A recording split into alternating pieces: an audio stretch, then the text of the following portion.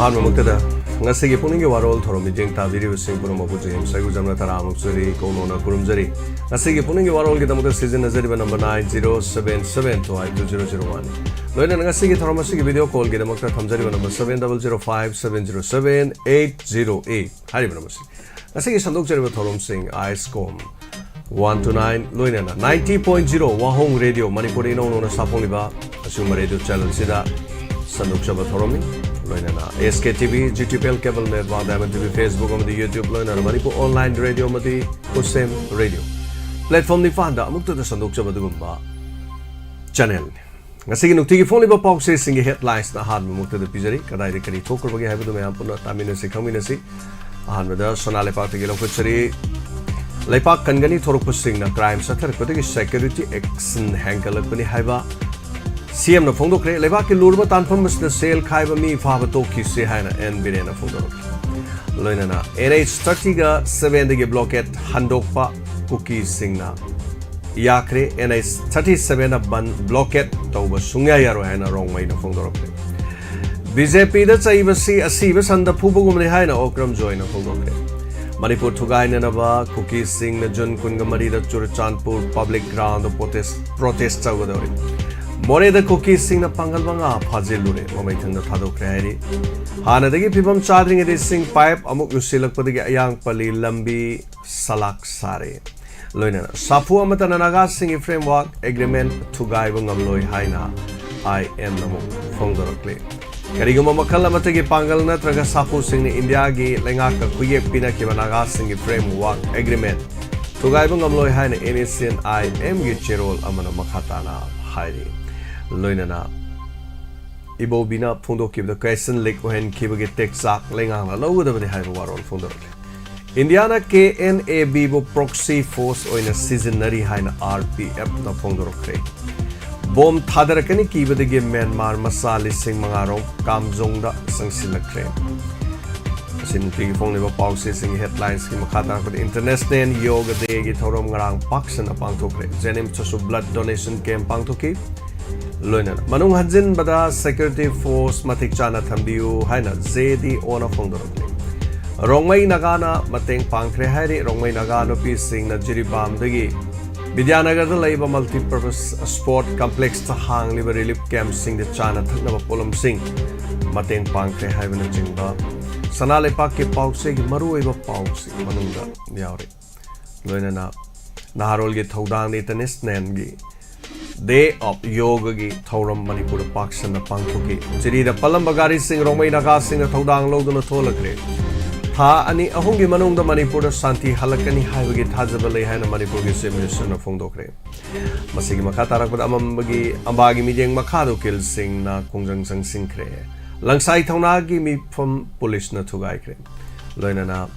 Net exam ki question like Ohen Kibaki Tong Yaning the Fondo Loduna Congress na Kongjang Sangsin Kre. Makatarakpada Kanglaipak ki Mairagi headlines the Sumanipurgi Yalomi Kanmanatanato Paisu Sing Karalepiko. Lamdamasida Niom Lana Pesa Kaiba mi kidnap Toba Bom Lang Sin Minusing Batoribu Sing Lepa Matam the security sings and the Tabak Toba Lepkani Hina Siam Fondorokli. Loinana Nong Sumdagi Pambaina Luching by UNL MPA Camp Loto Kiba Yaro Hina Punja Singna Fondorokli. Amaromda Sakang Dabasing na More the Muslim labor mga fazin na Tomlamadi Tadorokre. Ukina Sarama Bankar Taruk Security Force na Tugaikre. Jungi Kungamarida, Kukizo Gireli Yauna, Kongjang Sangsingani Haina ITLF na Pungdorogli. Loinana Arambay Tengol ni Sasar Marimio Ikea Fagat Kre. Amot Palamsat Sazat Sat Ubasing Masana Daita Pujagadabani. Film Gamari Lena Banupi Angang Karagi Amot Palamsat Sazata Yumpam Orega Makoi Matata Ating Batamlakpa Adu Amot Palamsat Sazat Luriba Sing Mioi Aduna Masana Daita Lozagadabani Haina Film Forum Manipuri Maikai Degi Fongdorokle. Loinana Nuntigi Fongba Pauche Panamgi headlines the Su Tungi Mirol na take the Kaidan Lehona Nabakatopagaloy Nabi Yalangani Haina Manipur Minister of Fongdorokle. Loinana Ayeng lining to Sanamay Galaisang the Sanamay Cheng Hongbugi Torom Pangto Lagani Hyper Warol Siawi. Coaching Center Mamang the Bomb Tamnambagi Mayokta Wakat Nipam Pangkre. Komlang Laman film oina utkre Manipuri maming leiraba aiba chana lukoini iduna Miyam the Pamni Yang Kiba Sumang Lila Komlang Laman bu nauna film oina putok na Miyam utkre Sumang Lila digi nauna film oina putole ba Komlang Laman garang kunung mamang da leiba MSFDSK auditorium da pangthoke Pokpadagi Siva Pawagi Thoramda Honglak Liba Machat Amadi set Milon the Piri with checking in Matang the Kanagadori Hari. RPF ki Yaknabadi India Katani, Miyamgi, Lal Hobu Singh, Miramgi Lal Hobu Singh, the Landavagi policy like behind RPF Fungo.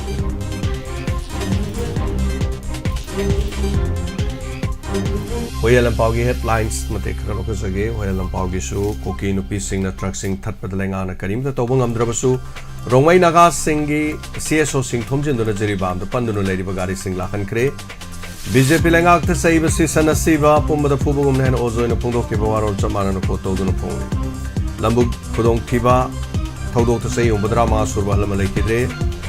In Metzing the people sell correctly, Tatita in a Taro, the Puna Society Tropia and a victim committee in a Pundorogi. Arvin Krizualgi Bell, other Delhi High Court, Mukshan and Kidrehari. BJP MP Mahatapul Lok Sabha ki Pro-Tem Speaker in a Congress na Parliamentary ki Kanglon to Gavini Haiba WAROL Sahik. Loinana Sarat Kumar Harpad Sena Singh Hoji Papa Pabang Amdraina Zesina Pongorokli. Loinana Okil Sena Pongjang. Chief Minister and Birin House Series to which up Manarena Kaidi Manina Pongokli. Makatara Papao the Ponapongi headlines to Governor Nabipong Kudimak Yogi Apple Tokri. Pattava Hek Laiva Makai Security Lakani, Sale Kaiba Mi Pavalepiu, Highness Minister of Pongokre. Loinana, Rasri Bagishan Dragi, Sani Gamarpuga, Marie Suba Mapokumon Torum Pantokre. Mahiro Singachumo and Pangalohaina, MP Sisina protest Tokre. Loinana RPM na. Miramgi Lalo Lup Sing da Wapunkia Tamlagli, KNB, Yalo Sing the Tamlak Liva meeting, Semdokomatam Jare have a warol, Sinasing Bayori. Manipuri Mapangi Powdani, Nirmala Sitaraman, a parliament session Mamanda, pre-budget meeting Koduna, ZST rate, Antana Nabakanakre. Saying W Takudamio in Pumapan secret, Yoga tourism the India Gina Sing the Tabaki Kudung Chabakaya Piri Haina, PM, Narendra Modi in a Fundo plane. Loinana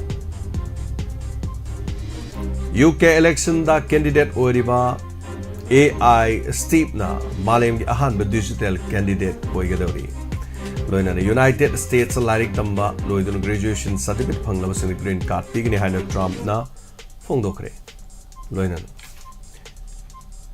Kim Jong Ungi Lanwi Sing na South Korea Amuk Sang Sinabukona by the Nongmaina Pokum Pirakre. Hamas ki top sniper Israeli Lanwi na bomb caps in the Hatokre. Say si the Malemgi Crorpati Lak Amaga listing Kungani Panlom, Maramdam Tadokuna, Atopa Sokut Palay boxing the Chet Kibiyai. China na Siang Zing Yangi Kul Satruka Kuntrarom the mumming on Tokuna, Ogar culture Bumapung Pana Makana Bukana Henry report Aman Heidi. Sainagi military na Singang Amadi Nungtang na Philippines Lanwi Singa Landa Krehedi, Masini. Tongan ba nung tigip fong liba pausis singi manung de yaw liba opam sing makatara ko si ko yung number the call to video nang sige toromasi da mapung panam sarugabiu hat mo kolar ko dong sa pizari sige Facebook page da video ba mi ni futaro taram nok sa bagaloinan YouTube page da sunga sige toromgi ahoba hoji phawgi link sin birag liba mi oi chahunga marfudara taram nok sari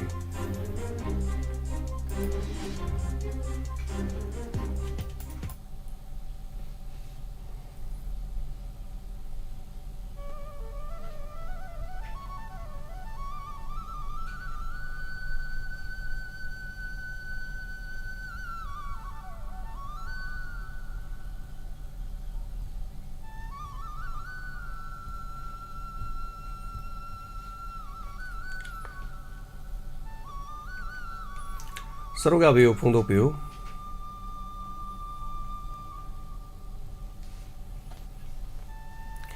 Lakadori Batang Kun Ganipangi, Miam Pamna Mapamama, same sadana, Yam Kanahona Zevan.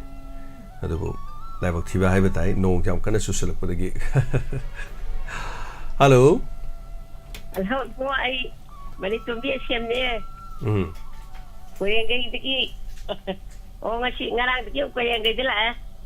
Oh, yang nungai sini mah. Tapi kari habi ning mono mah call tau birak pa. Kari wapung thambi ning.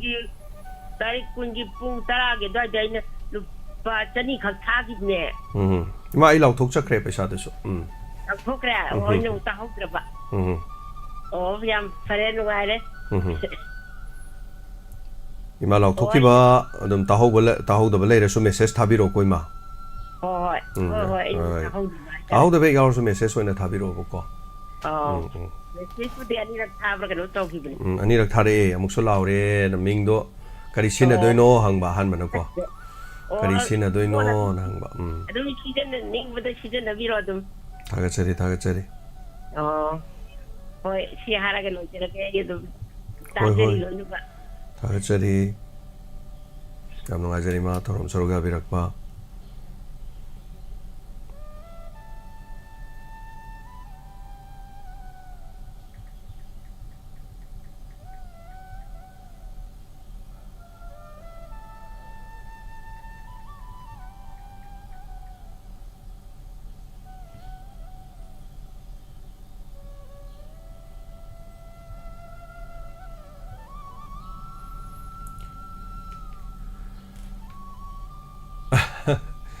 Nong matam ni dum khangi naw dum aina donors ki numit che khoi gi chinau sing wakhalon manaba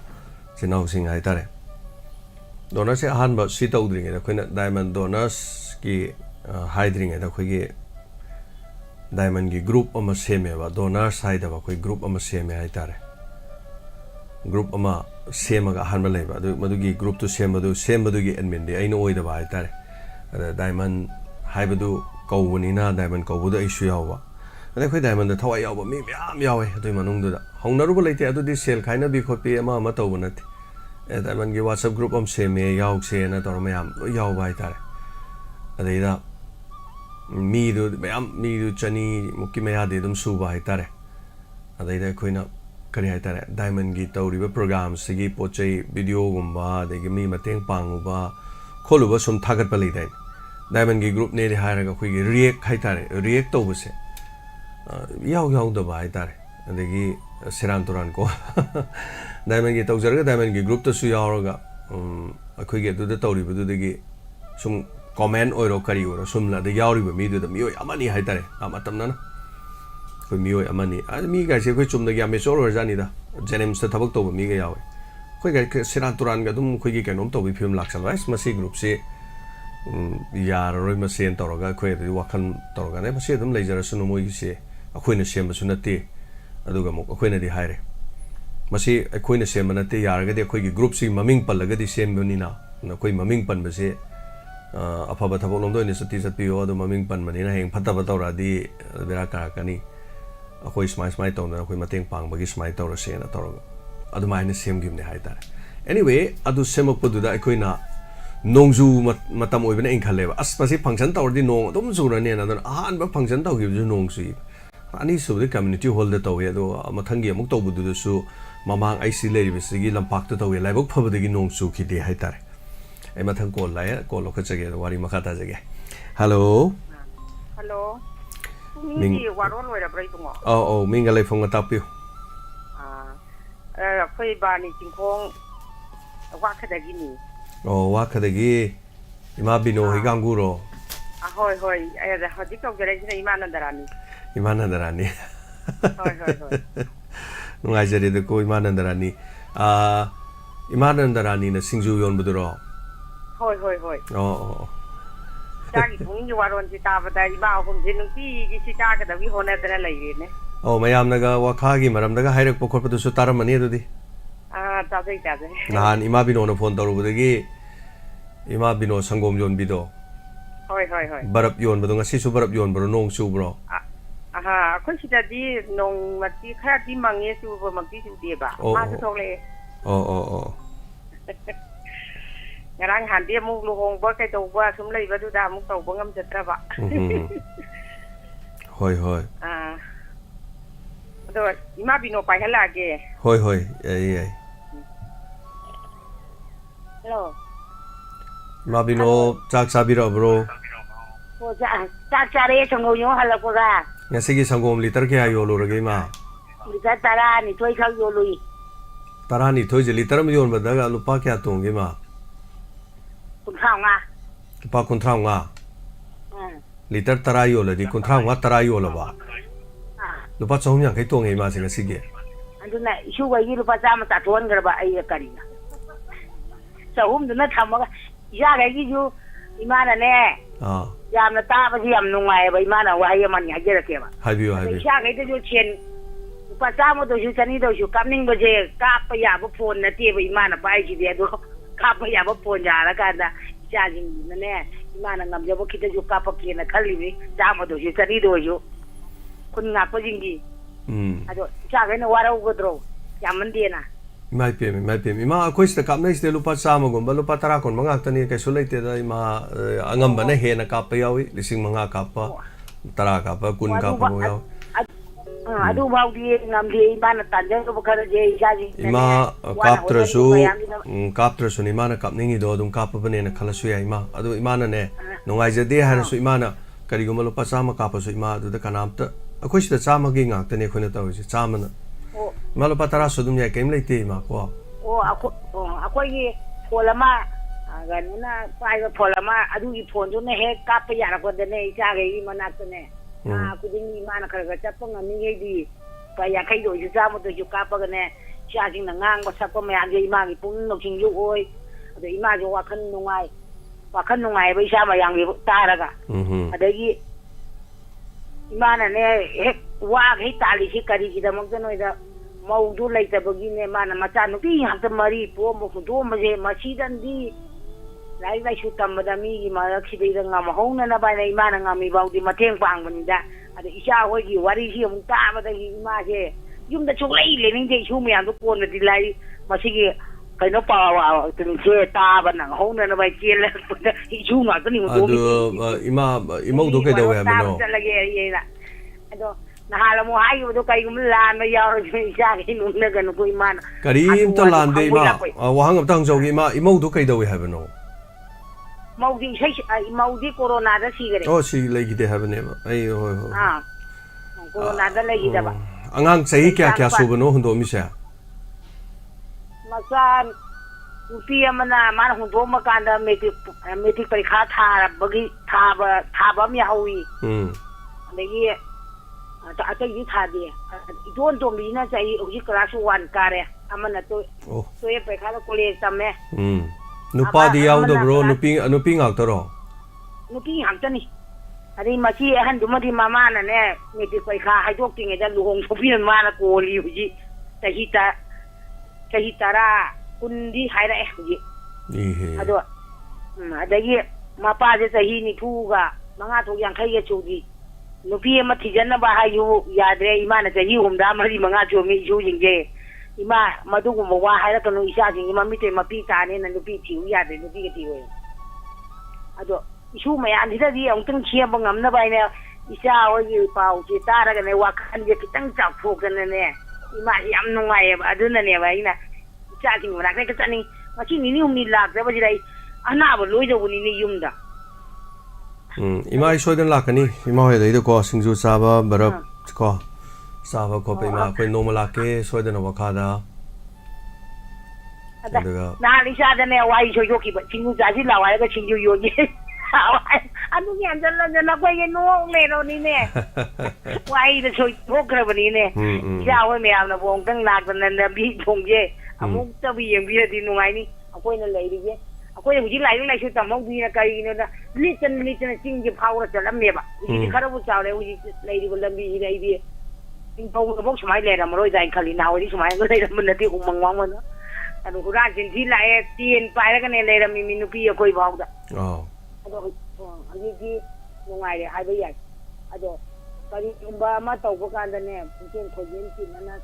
lai min na lam ba ji dagi isa hoi na sum pungning li waron sum phudok na ba ji dai da ba wa kan je thamoi ji am chau thu e bai ma hoi ja hi am ja na jo da wai na ri nga de ma ji ka ya phan so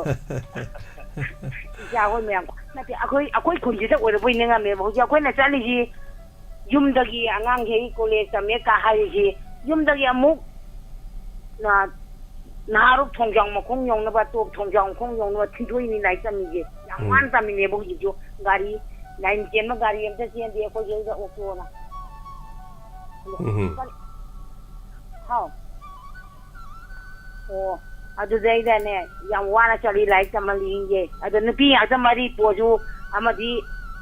ꯍꯟꯗꯛꯀꯁꯦ letter ꯆꯠꯂꯦ ꯅꯨꯡꯉꯥꯏꯕꯅ ꯏꯃꯥꯁꯨ ꯍꯔꯥꯎꯕꯗ ꯂꯣꯏꯖꯥꯅꯤ matric ꯄꯔꯤꯈꯥꯗꯁꯨ letter ꯃꯔꯤ ꯇꯪꯈꯥꯏ ꯆꯠꯂꯤ ꯍꯟꯗꯛꯁꯨ twelve ꯄꯔꯤꯈꯥꯗꯁꯨ ꯃꯔꯤ ꯇꯪꯈꯥꯏ ꯆꯠꯂꯤ ꯅꯤꯉꯣꯜ ꯃꯆꯥꯁꯨ ꯄꯤꯕꯥ ꯃꯆꯥꯁꯨ ꯆꯞ ꯃꯥꯟꯅꯅ ꯅꯤꯉꯣꯜꯁꯨ ꯑꯃꯈꯛ ꯌꯥꯎꯕꯗꯣ ꯃꯄꯨꯔꯣꯏꯕ ꯂꯩꯇꯦ ꯃꯆꯥ 5 ꯃꯥꯅ ꯊꯥꯏ ꯑꯩꯒꯤ ꯂꯥꯏꯕꯛꯁꯦ ꯐꯈ꯭ꯔ ꯄꯣꯠꯅꯤ ꯏꯃꯥꯁꯦ ꯅꯨꯡꯉꯥꯏꯕꯗꯣ ꯈꯔ ꯍꯥꯏꯔꯧꯅꯤ ꯏꯃꯥꯒꯤ ꯄꯥꯡꯒꯜꯁꯦ ꯀꯟꯅꯅꯕ ꯍꯣꯏ ꯑꯗꯣ ꯌꯥꯝ ꯅꯨꯡꯉꯥꯏꯖꯔꯦ ꯑꯩꯈꯣꯏꯒꯤ ꯂꯝ ꯇꯥꯛꯄꯤꯌꯨ ꯏꯆꯥ ꯍꯣꯏꯅꯅꯦ ꯇꯧꯔꯛꯄꯁꯦ ꯏꯃꯥ ꯍꯣꯏꯅꯅꯦ ꯑꯁꯨꯛ ꯀꯨꯏꯅ ꯆꯍꯤ ꯄꯣꯛꯂꯛꯄꯗꯩ ꯂꯩꯔꯛꯄꯗꯅꯦ ꯏꯆꯥ ꯍꯣꯏꯒ ꯄꯥꯎ ꯐꯥꯎꯅꯔꯤꯁꯦ ꯍꯟꯗꯛ ꯑꯩꯈꯣꯏ ꯑꯍꯨꯝꯅ ꯇꯧꯕꯗ ꯐꯥꯎꯅꯔꯤꯁꯦ ꯍꯦꯟꯅ ꯀꯔꯤꯒꯨꯝꯕꯤ ꯑꯝꯇ ꯐꯥꯎꯅꯗꯦ ꯃꯩꯔꯥ ꯄꯥꯏꯕꯤꯅꯦꯅ ꯆꯠꯇꯅ ꯃꯌꯥꯝ ꯃꯇꯨꯡ ꯏꯜꯂꯨꯏ ꯋꯥꯅ ꯍꯜꯂꯛꯏ ꯄꯥꯎ ꯑꯝꯇ ꯋꯥꯈꯁꯦ ꯍꯥꯞꯄꯤꯗꯦ ꯀꯔꯤꯒꯨꯝꯕꯤ ꯍꯥꯞꯄꯤ ꯇꯧꯏꯈꯩꯗꯤ ꯌꯥꯎꯏ ꯃꯤ ꯐꯨꯔꯨꯁꯤ ꯆꯠꯂꯤ ꯃꯤ ꯐꯥꯔꯨꯁꯤ ꯆꯠꯂꯤ ꯂꯣꯏꯅꯃꯛ ꯆꯠꯂꯤ ꯇꯣꯡꯒꯧ ꯀꯥꯏꯅ ꯂꯩꯔꯝꯕ ꯁꯥꯕꯤꯒ ꯁꯤꯔꯒ ꯇꯣꯡꯒꯧꯒ ꯀꯔꯤꯅꯣ ꯂꯩꯔꯝꯕ ꯀꯩꯅꯣꯒꯤꯗꯣ ꯀꯔꯤ ꯋꯥꯡꯈꯩꯒꯤ ꯃꯗꯨꯅꯒꯅꯦ ꯑꯟꯗꯔꯣꯟ ꯆꯠꯁꯤ ꯂꯥꯛꯑꯣꯏ ꯆꯠꯄꯗꯒꯗꯤ ꯑꯉꯥꯡ ꯑꯣꯏꯅ ꯋꯥꯔꯛꯇꯒ ꯊꯝꯕꯤꯔꯝꯕ ꯌꯥꯎꯔꯤꯅꯤ ꯑꯗꯨꯐꯥꯎꯗ ꯋꯥ ꯈꯥꯏꯕꯁꯦ ꯄꯜꯂꯛꯇꯦ ꯍꯟꯗꯛ ꯏꯆꯥꯈꯩꯅ ꯄꯜꯂꯛꯄꯁꯤꯗ ꯍꯔꯥꯎꯕ ꯑꯃꯗꯤ ꯌꯥꯎꯔꯤꯃꯤꯅꯦ ꯏꯃꯥ ꯍꯣꯏꯅ ꯊꯧꯔꯝ ꯁꯨꯝ ꯇꯥꯕꯗ ꯋꯥꯈꯥ ꯄꯜꯂꯛꯄꯒꯤ ꯋꯥ ꯈꯥꯏꯒꯁꯦ ꯃꯤ ꯃꯃꯥꯡꯗ ꯇꯥꯍꯟꯕ ꯐꯪꯉꯦꯀꯣ ꯍꯥꯏꯅ ꯑꯗꯣ ꯑꯗꯨ ꯑꯁꯨꯛ ꯅꯨꯡꯉꯥꯏꯕꯁꯤꯗꯕꯨ ꯁꯤꯗꯧꯕ ꯄꯥꯝꯃꯨꯏꯅꯦ ꯏꯆꯥꯁꯤꯡꯒꯁꯦ ꯍꯨꯟꯗꯣꯛꯑꯝꯃꯒ ꯍꯣꯏ ꯑꯗꯨꯅ ꯅꯨꯡꯉꯥꯏꯖꯩ ꯑꯃꯨꯛꯇꯪꯁꯨ ꯋꯥ ꯈꯥꯏꯕ ꯂꯝꯁꯦ ꯀꯅꯥꯒꯨꯝꯕꯤ ꯑꯃꯇꯅ ꯑꯩꯈꯣꯏꯁꯤꯗ ꯃꯩꯔꯥ ꯄꯥꯏꯕꯤ ꯃꯌꯥꯝꯅ ꯆꯠꯄꯒꯤ ꯂꯥꯎꯊꯣꯛꯄꯗ ꯋꯥ ꯈꯁꯤ ꯌꯥꯎꯔꯛꯇꯦ ꯑꯗꯒꯤ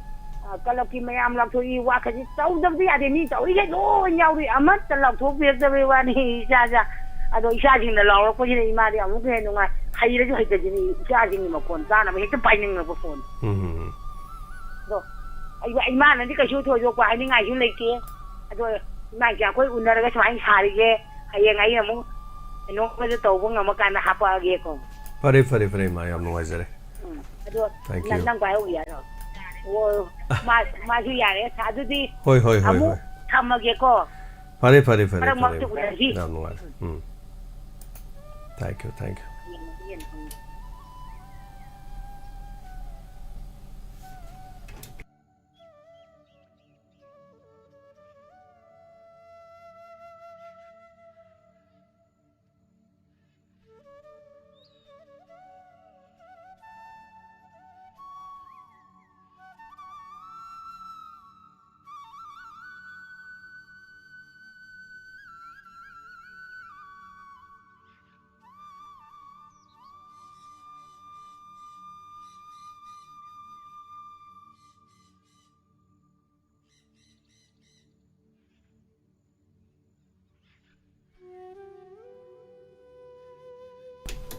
Hello,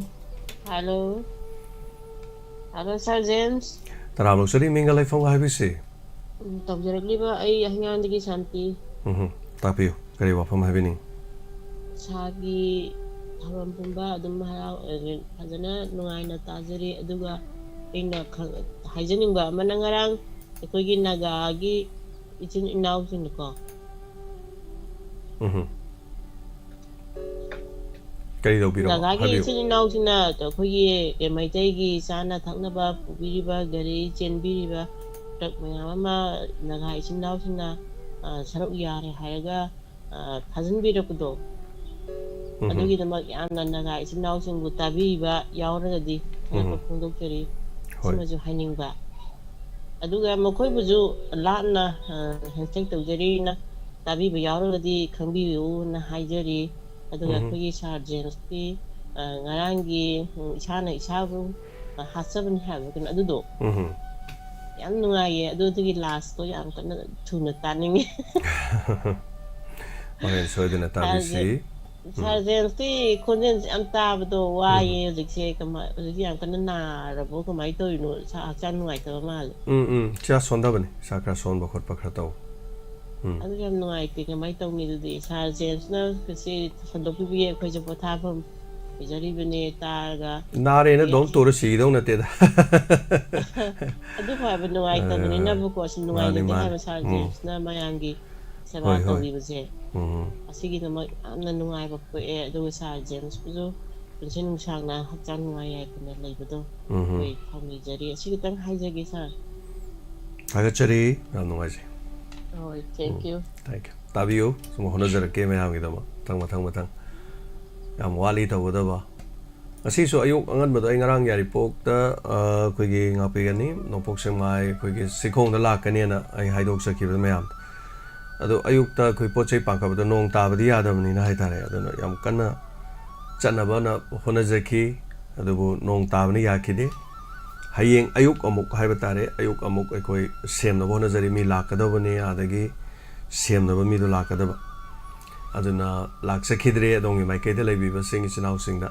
ꯑꯗꯨꯕꯨ ꯍꯌꯦꯡꯗꯤ ꯁꯣꯏꯗꯅ ꯄꯥꯟꯈꯠꯂꯒ ꯑꯃꯨꯛꯇꯪꯗꯤ ꯆꯦꯛ ꯇꯧꯍꯟꯖꯒꯦ ꯍꯥꯏꯕꯁꯦ ꯑꯩꯈꯣꯏꯅ ꯈꯟꯖꯔꯤ ꯑꯗꯨꯅ ꯁꯣꯏꯗꯅꯃꯛꯀꯤ ꯃꯌꯦꯛ ꯍꯥꯏꯇꯥꯔꯦ ꯁꯦꯡꯅꯕꯒꯤ ꯁꯦꯝꯅꯕ ꯃꯤꯁꯤꯡꯗꯣ ꯂꯥꯛꯄꯗ ꯅꯣꯡ ꯆꯨꯔꯗꯤ ꯃꯣꯏ ꯀꯥꯕ ꯌꯥꯗꯕ ꯍꯥꯏꯇꯥꯔꯦ ꯍꯜꯂꯣ ꯍꯜꯂꯣ ꯁꯥꯔ ꯇꯔꯥꯃꯨꯛꯆꯔꯤ ꯃꯤꯡꯒ ꯂꯩꯐꯝꯒ ꯍꯥꯏꯕꯤꯌꯨ ꯅꯤꯝꯂꯥ ꯖꯤꯔꯤꯕꯥꯝꯗꯒꯤ ꯁꯥꯔ ꯑꯍꯥꯟꯕꯃꯛꯇ ꯁꯥꯔꯕꯨ ꯇꯔꯥꯃꯨꯛꯆꯔꯤ ꯊꯥꯒꯠꯆꯕ ꯎꯠꯆꯔꯤ ꯖꯤꯔꯤꯕꯥꯝꯒꯤ ꯃꯄꯥꯎꯁꯤ ꯀꯔꯤ ꯀꯔꯤ ꯂꯩꯕꯤꯕꯒꯦ ꯇꯝꯕ ꯌꯥꯕ ꯃꯌꯥꯝꯗ ꯀꯔꯤ ꯀꯔꯤ ꯈꯪꯕ ꯌꯥꯕ ꯀꯔꯤ ꯀꯔꯤ ꯂꯩꯕꯤꯕꯒꯦ ꯑꯗꯣꯝꯒꯤ ꯂꯩꯕꯤꯔꯤꯕ ꯃꯐꯝꯗꯗꯤ ꯀꯩꯁꯨ ꯁꯣꯛꯇꯦ ꯍꯥꯏꯕ ꯍꯥꯟꯅꯗꯤ ꯑꯗꯨꯝ ꯇꯥꯖꯈ꯭ꯔꯦꯀꯣ ꯍꯣꯏ ꯀꯔꯤ ꯀꯔꯤ ꯑꯇꯩ ꯃꯐꯝ ꯖꯤꯔꯤꯕꯥꯝꯒꯤ ꯊꯪꯅꯕ ꯑꯇꯩ ꯑꯇꯩꯗ ꯀꯔꯤ ꯀꯔꯤ ꯄꯥꯎ ꯂꯩꯕꯤꯕꯒꯦ ꯊꯪꯅꯕꯗ ꯁꯥꯔ ꯑꯩꯈꯣꯏ ꯅꯍꯥꯟ ꯐꯩꯗꯣꯟꯒ ꯑꯩꯈꯣꯏꯒꯁꯦ ꯈꯨꯜ ꯑꯅꯤ ꯈꯛꯇꯅꯦꯕ ꯂꯣꯟꯅꯔꯤꯁꯦ ꯐꯩꯗꯣꯟ ꯆꯤꯡꯊꯛꯇꯒꯤ ꯀꯩꯅꯣꯃ ꯑꯩꯈꯣꯏꯒꯤ ꯀꯃꯥꯟꯗꯣꯅ ꯂꯩꯕ ꯁꯦꯠ ꯑꯃ ꯃꯣꯏꯅ ꯃꯩ ꯊꯥꯔꯝꯃꯒ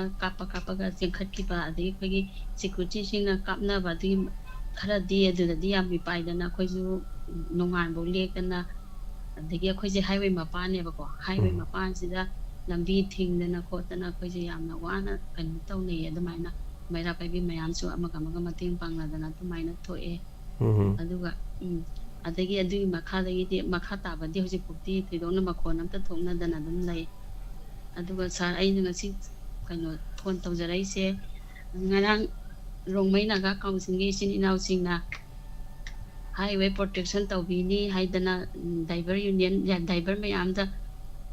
ꯃꯁꯥ ꯃꯣꯏ ꯃꯌꯥꯝꯒꯤ ꯁꯦꯞ ꯑꯣꯏꯅꯕ ꯍꯣꯠꯅꯕꯤꯈꯤꯕꯗꯣ ꯔꯣꯡꯃꯩ ꯅꯥꯒꯥ ꯀꯥꯎꯟꯁꯤꯜꯕꯨ ꯑꯩꯅ ꯌꯥꯝꯅ ꯏꯀꯥꯏ ꯈꯨꯝꯅꯅ ꯊꯥꯒꯠꯄ ꯐꯣꯡꯗꯣꯛꯆꯔꯤ ꯃꯅꯤꯄꯨꯔꯒꯤ ꯄꯥꯕ꯭ꯂꯤꯛ ꯑꯃ ꯑꯣꯏꯅꯀꯣ ꯑꯗꯨꯒ ꯂꯣꯏꯅꯅ ꯀꯩꯅꯣ ꯏꯆꯤꯟ ꯏꯅꯥꯎ ꯗ꯭ꯔꯥꯏꯚꯔ ꯏꯆꯤꯟ ꯏꯅꯥꯎꯁꯤꯡꯁꯤꯁꯨ ꯌꯥꯝꯅ ꯃꯅꯤꯡ ꯇꯝꯅ ꯆꯠꯊꯣꯛ ꯆꯠꯁꯤꯟ ꯇꯧꯕꯗ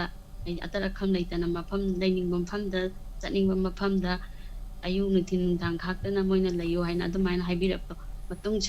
ꯁꯥꯡꯅ ꯑꯩꯈꯣꯏꯒꯤ ꯄꯨꯟꯁꯤ ꯀꯌꯥꯗ ꯆꯠꯊꯕꯤꯕ ꯑꯣꯏꯁꯅꯨ ꯍꯥꯏꯅ ꯍꯥꯏꯖꯅꯤꯡꯉꯤ ꯑꯗꯨ ꯃꯌꯥꯝ ꯄꯨꯝꯅꯃꯛ ꯑꯩꯈꯣꯏꯁꯦ ꯖꯥꯇꯤ ꯐꯨꯔꯨꯞ ꯈꯨꯗꯤꯡꯃꯛꯅꯁꯨ ꯀooperation ꯄꯤꯅꯔꯒ ꯍꯥꯏꯋꯦꯁꯤꯡꯁꯦ ꯄ꯭ꯔꯣꯇꯦꯛꯁꯟ ꯇꯧꯔꯒ ꯄꯨꯟꯅ ꯆꯥꯎꯈꯠꯃꯤꯟꯅꯁꯤ ꯍꯥꯏꯕ ꯑꯩ ꯁꯤꯃꯇꯪ ꯑꯗꯣ ꯍꯣꯏ ꯃꯌꯥꯝꯅꯕꯨꯗꯤ ꯑꯗꯨꯝ ꯍꯥꯏꯕꯤꯔꯤ ꯔꯣꯡꯃꯩ ꯑꯗꯨ ꯇꯧꯕꯗꯣ ꯑꯗꯣ ꯁꯤꯒꯤ ꯂꯝꯕꯤꯁꯤꯗ ꯇꯥꯔꯤꯁꯤꯗꯤ ꯅꯥꯒꯥ ꯉꯥꯛꯇ ꯅꯥꯒꯥꯗ ꯍꯧꯖꯤꯛ ꯃꯣꯏ ꯍꯥꯏꯗꯣ ꯔꯣꯡꯃꯩ ꯈꯛꯇ ꯍꯥꯏꯕꯅꯦ ꯔꯣꯡꯃꯩꯅ ꯍꯥꯏꯗꯣ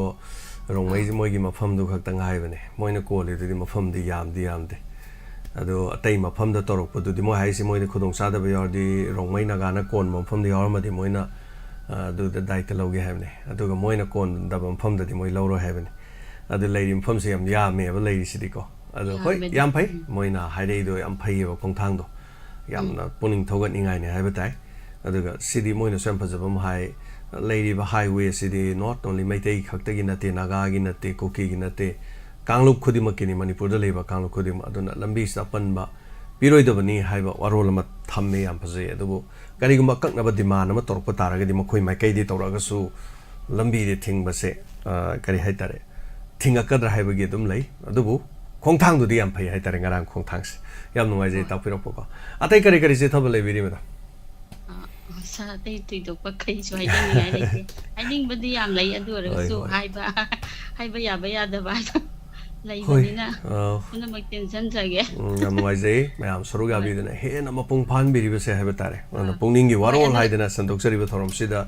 ꯑꯩꯈꯣꯏ ꯁ꯭ꯋꯥꯏ ꯈꯛꯇꯒꯤ ꯅꯠꯇꯅ ꯑꯗꯨꯒ ꯀꯥꯆꯤꯟ ꯀꯣꯌꯥ ꯃꯅꯤꯄꯨꯔꯒꯤ ꯃꯐꯝ ꯈꯨꯗꯤꯡꯃꯛꯇꯒꯤ ꯑꯗꯨꯒ ꯃꯄꯥꯟꯗꯒꯤ ꯐꯥꯎꯕ ꯁꯔꯨꯛ ꯌꯥꯕꯤꯗꯨꯅ ꯃꯄꯨꯡ ꯐꯥꯍꯟꯕꯤꯔꯤꯕꯁꯦ ꯍꯥꯏꯇꯥꯔꯦ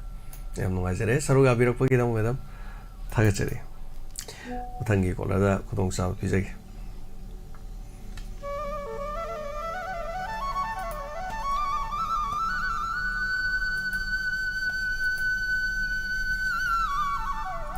ngasigisu aina paukse phathokpada ma yawbani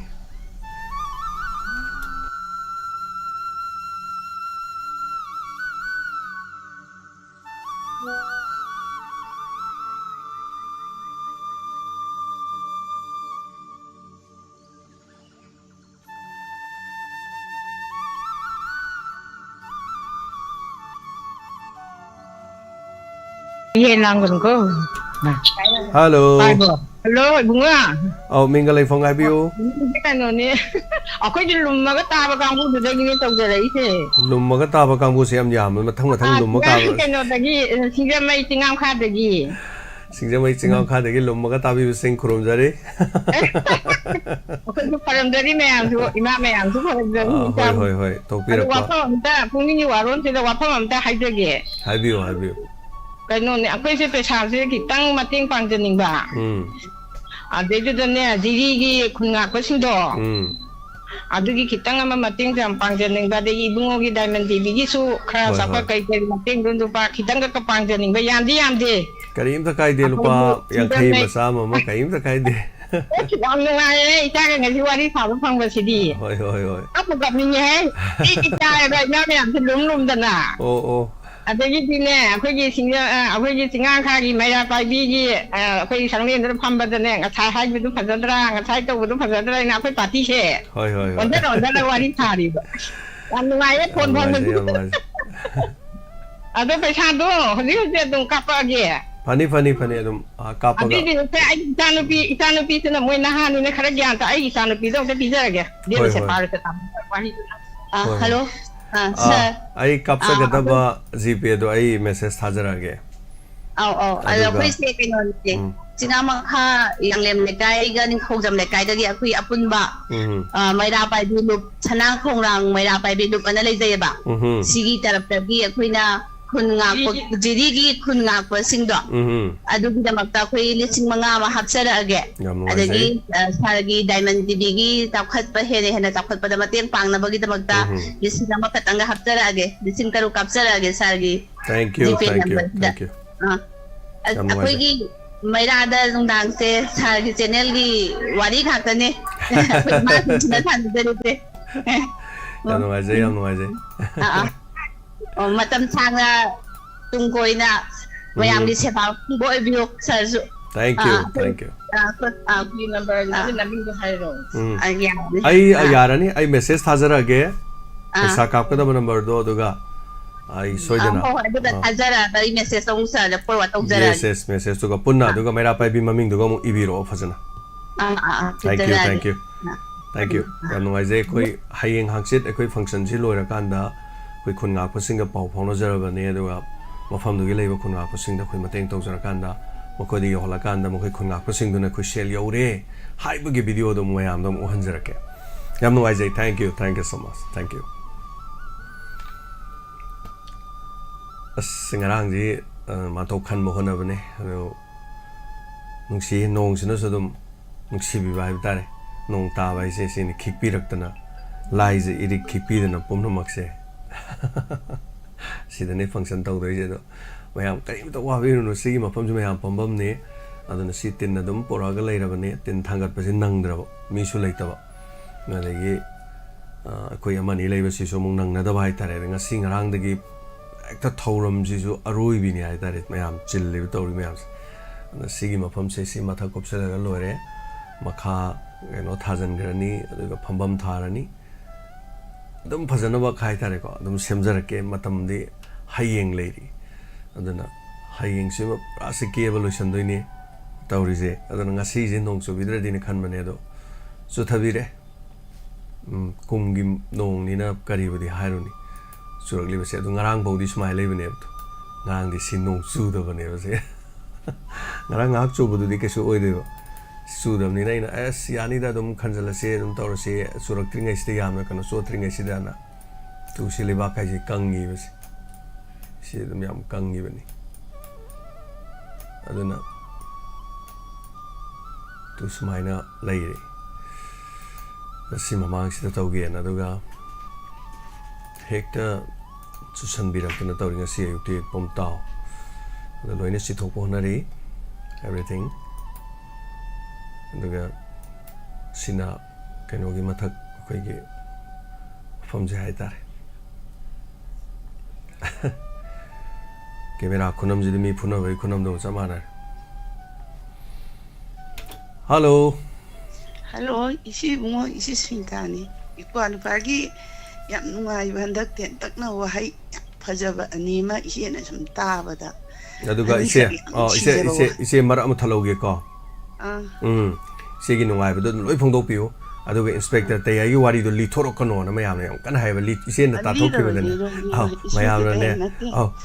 ꯍꯣꯏ ꯑꯗꯣ ꯑꯩ ꯍꯥꯟꯅ ꯍꯥꯏꯖꯍꯧꯒꯦꯕ ꯏꯆꯦꯗꯤ ꯍꯣꯔꯦꯟ ꯋꯥ ꯍꯥꯏꯈ꯭ꯔꯗꯤ ꯅꯟ ꯁ꯭ꯇꯣꯞꯇ ꯍꯥꯏꯗꯣꯏꯅꯤꯅ ꯃꯣꯏꯅꯅꯦ ꯂꯤꯊꯣꯔꯛꯀꯅꯣ ꯑꯩꯈꯣꯏ ꯀꯣꯟꯅ ꯇꯥꯖꯕ ꯃꯣꯏ ꯄꯥꯔꯠ 1 2 ꯄꯨꯜꯂꯒ ꯇꯥꯕ ꯀꯥꯡꯕꯨ ꯑꯃ ꯂꯩꯌꯦ ꯑꯗꯣ ꯋꯥꯔꯤ ꯂꯤꯊꯣꯔꯛꯑꯗꯤ ꯋꯥꯔꯤ ꯈꯪꯉꯗꯤ ꯅꯨꯡꯉꯥꯏꯇꯦ ꯃꯣꯏ ꯍꯥꯏꯅꯤ ꯑꯗꯣ ꯏꯆꯦꯒꯤ ꯋꯥ ꯍꯧꯖꯤꯛ ꯃꯔꯤ ꯍꯥꯏꯗꯕꯤꯔꯣ ꯌꯥꯔꯦ ꯍꯧꯖꯤꯛ ꯏꯄ꯭ꯋꯥ ꯅꯨꯄꯥꯒꯤ ꯌꯥꯝ ꯅꯨꯡꯁꯤꯕ ꯋꯥꯍꯩ ꯏꯆꯦꯅ ꯍꯟꯗꯛ ꯑꯅꯤꯈꯛ ꯁꯨꯝ ꯇꯥꯕꯗ ꯁꯨꯝ ꯇꯥꯁꯟꯕ ꯌꯥꯝ ꯅꯨꯡꯁꯤꯖꯕ ꯇꯦꯟꯁꯨ ꯌꯥꯝ ꯇꯦꯟꯕ ꯍꯥꯏꯕꯗꯤ ꯏꯄ꯭ꯋꯥ ꯅꯨꯄꯥꯒꯤ ꯑꯩꯈꯣꯏꯒꯤ ꯍꯦꯛ ꯂꯣꯏꯔꯛ ꯌꯥꯝ ꯅꯨꯡꯉꯥꯏꯔꯛꯄ ꯑꯩꯈꯣꯏ ꯏꯟꯁꯄꯦꯛꯇꯔ ꯇꯌꯥꯏ ꯇꯥꯕꯗ ꯌꯥꯝ ꯅꯨꯡꯉꯥꯏꯔꯛꯄꯗ ꯑꯃꯈꯛ ꯂꯩꯌꯦ ꯋꯥꯔꯤꯁꯤꯒꯤ ꯃꯈꯥ ꯍꯌꯦꯡ ꯇꯥꯕꯤꯔꯁꯤ ꯍꯥꯏꯕ ꯑꯃ ꯂꯩꯌꯦ ꯀꯃꯦꯟ ꯈꯤꯇꯪ ꯄꯥꯖꯔꯛꯀꯦ ꯑꯩꯈꯣꯏ ꯂꯨꯝꯃꯒ ꯇꯥꯕꯤꯔꯤꯕ ꯃꯌꯥꯝꯁꯨ ꯍꯥꯏꯕ ꯋꯥꯍꯩꯁꯦ ꯌꯥꯝ ꯐꯖꯩꯕ ꯍꯧꯖꯤꯛꯁꯨ ꯀꯣꯂꯔ ꯑꯃ ꯂꯨꯝꯃ ꯇꯥꯕ ꯑꯩꯈꯣꯏꯅꯤꯀꯥ ꯍꯥꯏꯕ ꯋꯥꯍꯩ ꯑꯅꯤꯁꯨ ꯅꯣꯡ ꯐꯖꯔꯦ ꯇꯦꯜꯂꯒ ꯏꯆꯦꯅ ꯁꯨꯝ ꯇꯥꯕꯗ ꯁꯨꯝ ꯊꯥꯒꯠꯆꯅꯤꯡꯉꯤ ꯁꯨꯝ ꯑꯅꯤꯁꯤ ꯁꯨꯝ ꯍꯥꯏꯖꯔꯛꯀꯦ ꯇꯧꯕꯗ ꯏꯆꯦꯅ ꯑꯗꯒꯤ ꯏꯄ꯭ꯋꯥꯒꯤ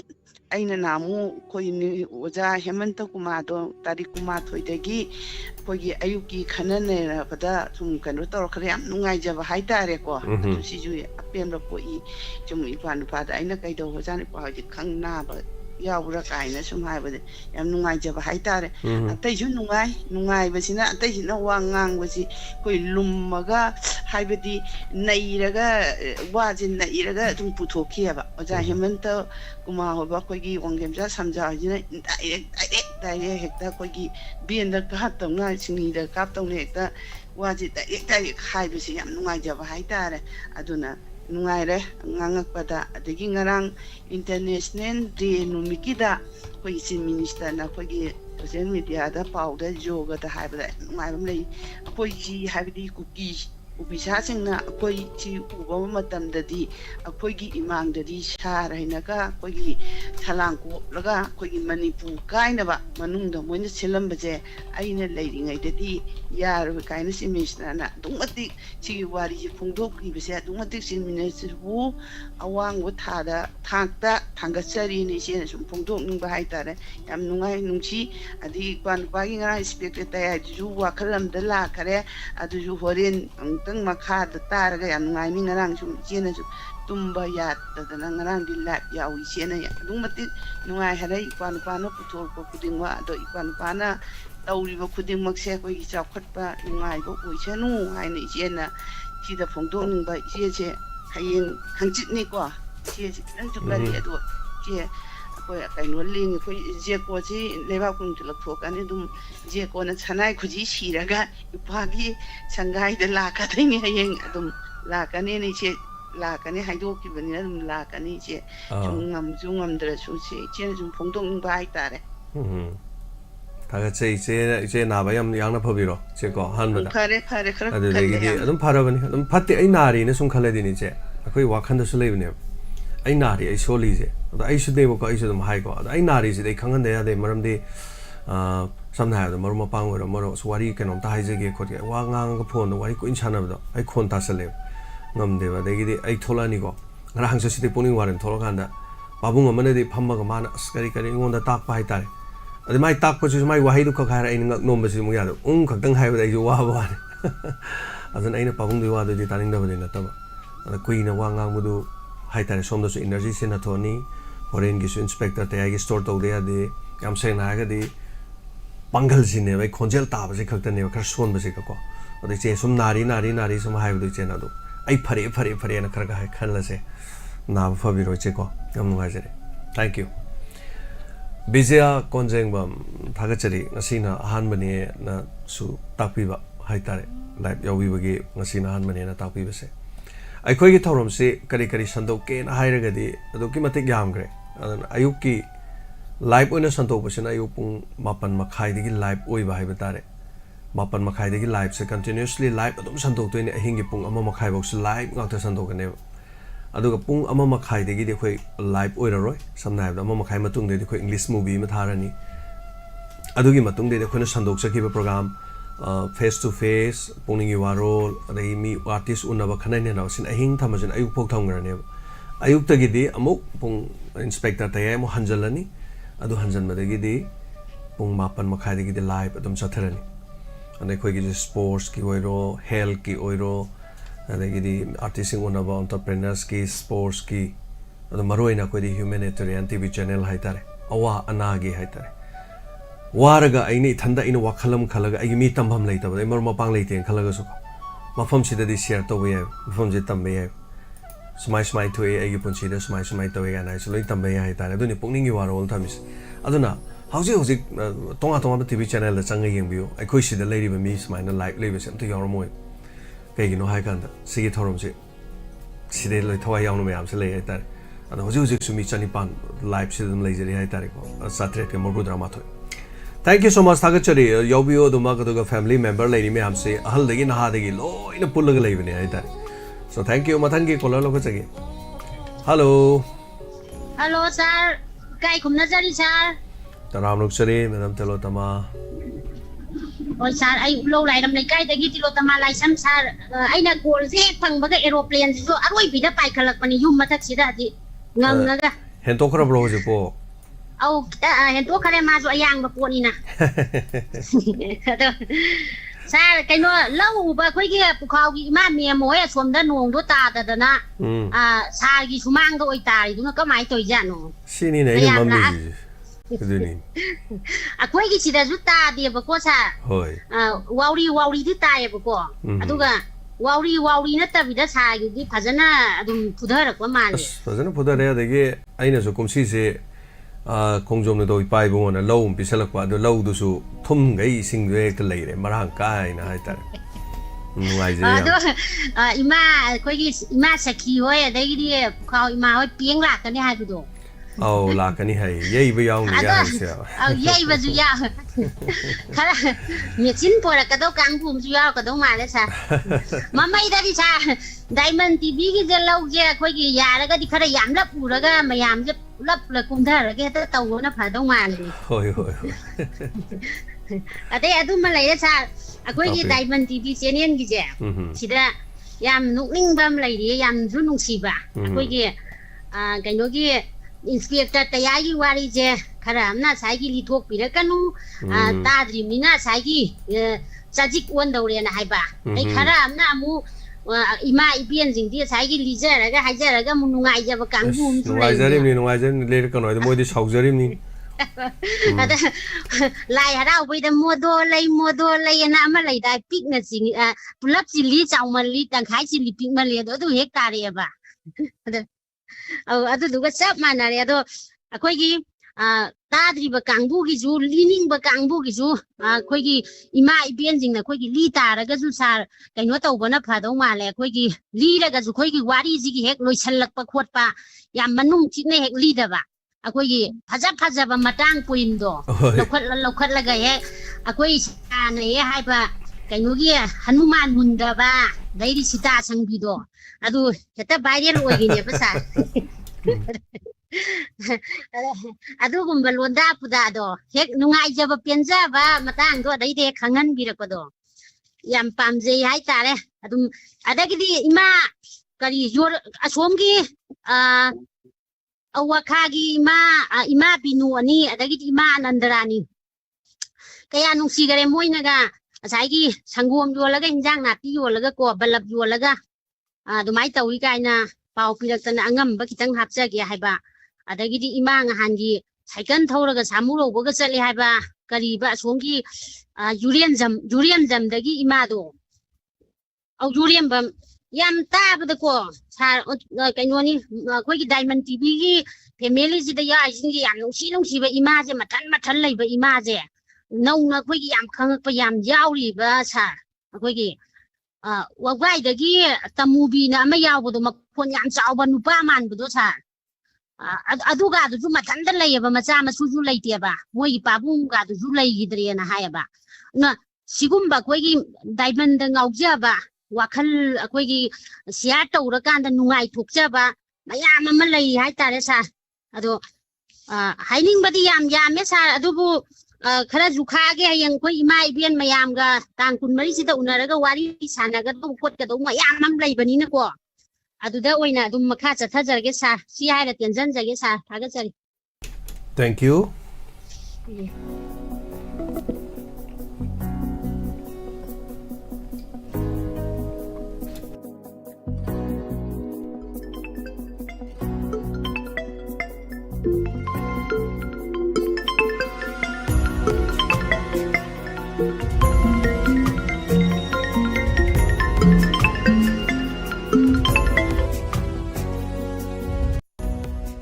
Chai bunga. hello Hello, chai bunga. oh taram nokchari Kumbada da nushida. Ai di ikaira bani ne na hando isa do salam da da gi lak pada ima ai ko ngawe doctor sat ta ba yadre ne ma chi doctor sat le ba ada ki ikai bana ai loi ra jan ne ai adu shoido ki bagi adu plastic la ka ne ba ai khoi se ima karim ta kan berunu ya ba matam da dum lak pioi ma ang lak ka ne ba ko na han se ko ngawe na ma chi sarai hin hi ja ne da sak tha ba ya da ba ne ba sak sarai hin hi ba da lak ba da su sak singan na di thong ga ma ko ngawe na doctor da sat le ba buli pi da ko gi phadi phare e ma se adu ma office ta mu sat ta ba ya da na sat le thabak chi di minai makhalam mani da wa khara baza ne moji office ki thabak chi lai tab su ya da ba inspector tai ai do ai ta bada ni da ahum la ka hanna ta ba yaw hre aduga mi kharana mi amana wari li tho di ta ba nungai te na hairak pagi paw ma sida tai ba ada lidra ba ne paw je hoi nungai dang hairasi ba ang nungai re de puni waro so de boi chana ansar khumba adu ne ai ni yamna pamjaba che hoi ichai khonen se ta bu yam nungai jaba dunia ba ning thagum umba la adi ko changji ro hoi ma lamna yam nungai ba ne ba ku je choro chu nungai ba hoi adu ming soi chan khakta kau se ku ning thagum da ni suro kau da ba ne ada sanga ga kai mucha ge la samta so ai ne pithakani da na ngamba thagachari ai ya lak ni ba koi bu ne lang ni ba ai se ja thok ta ba ni na ko isa nai sa pan thok han ning de ko ngau bu si da katla ga ka tu lai hi da na khalle ba ma na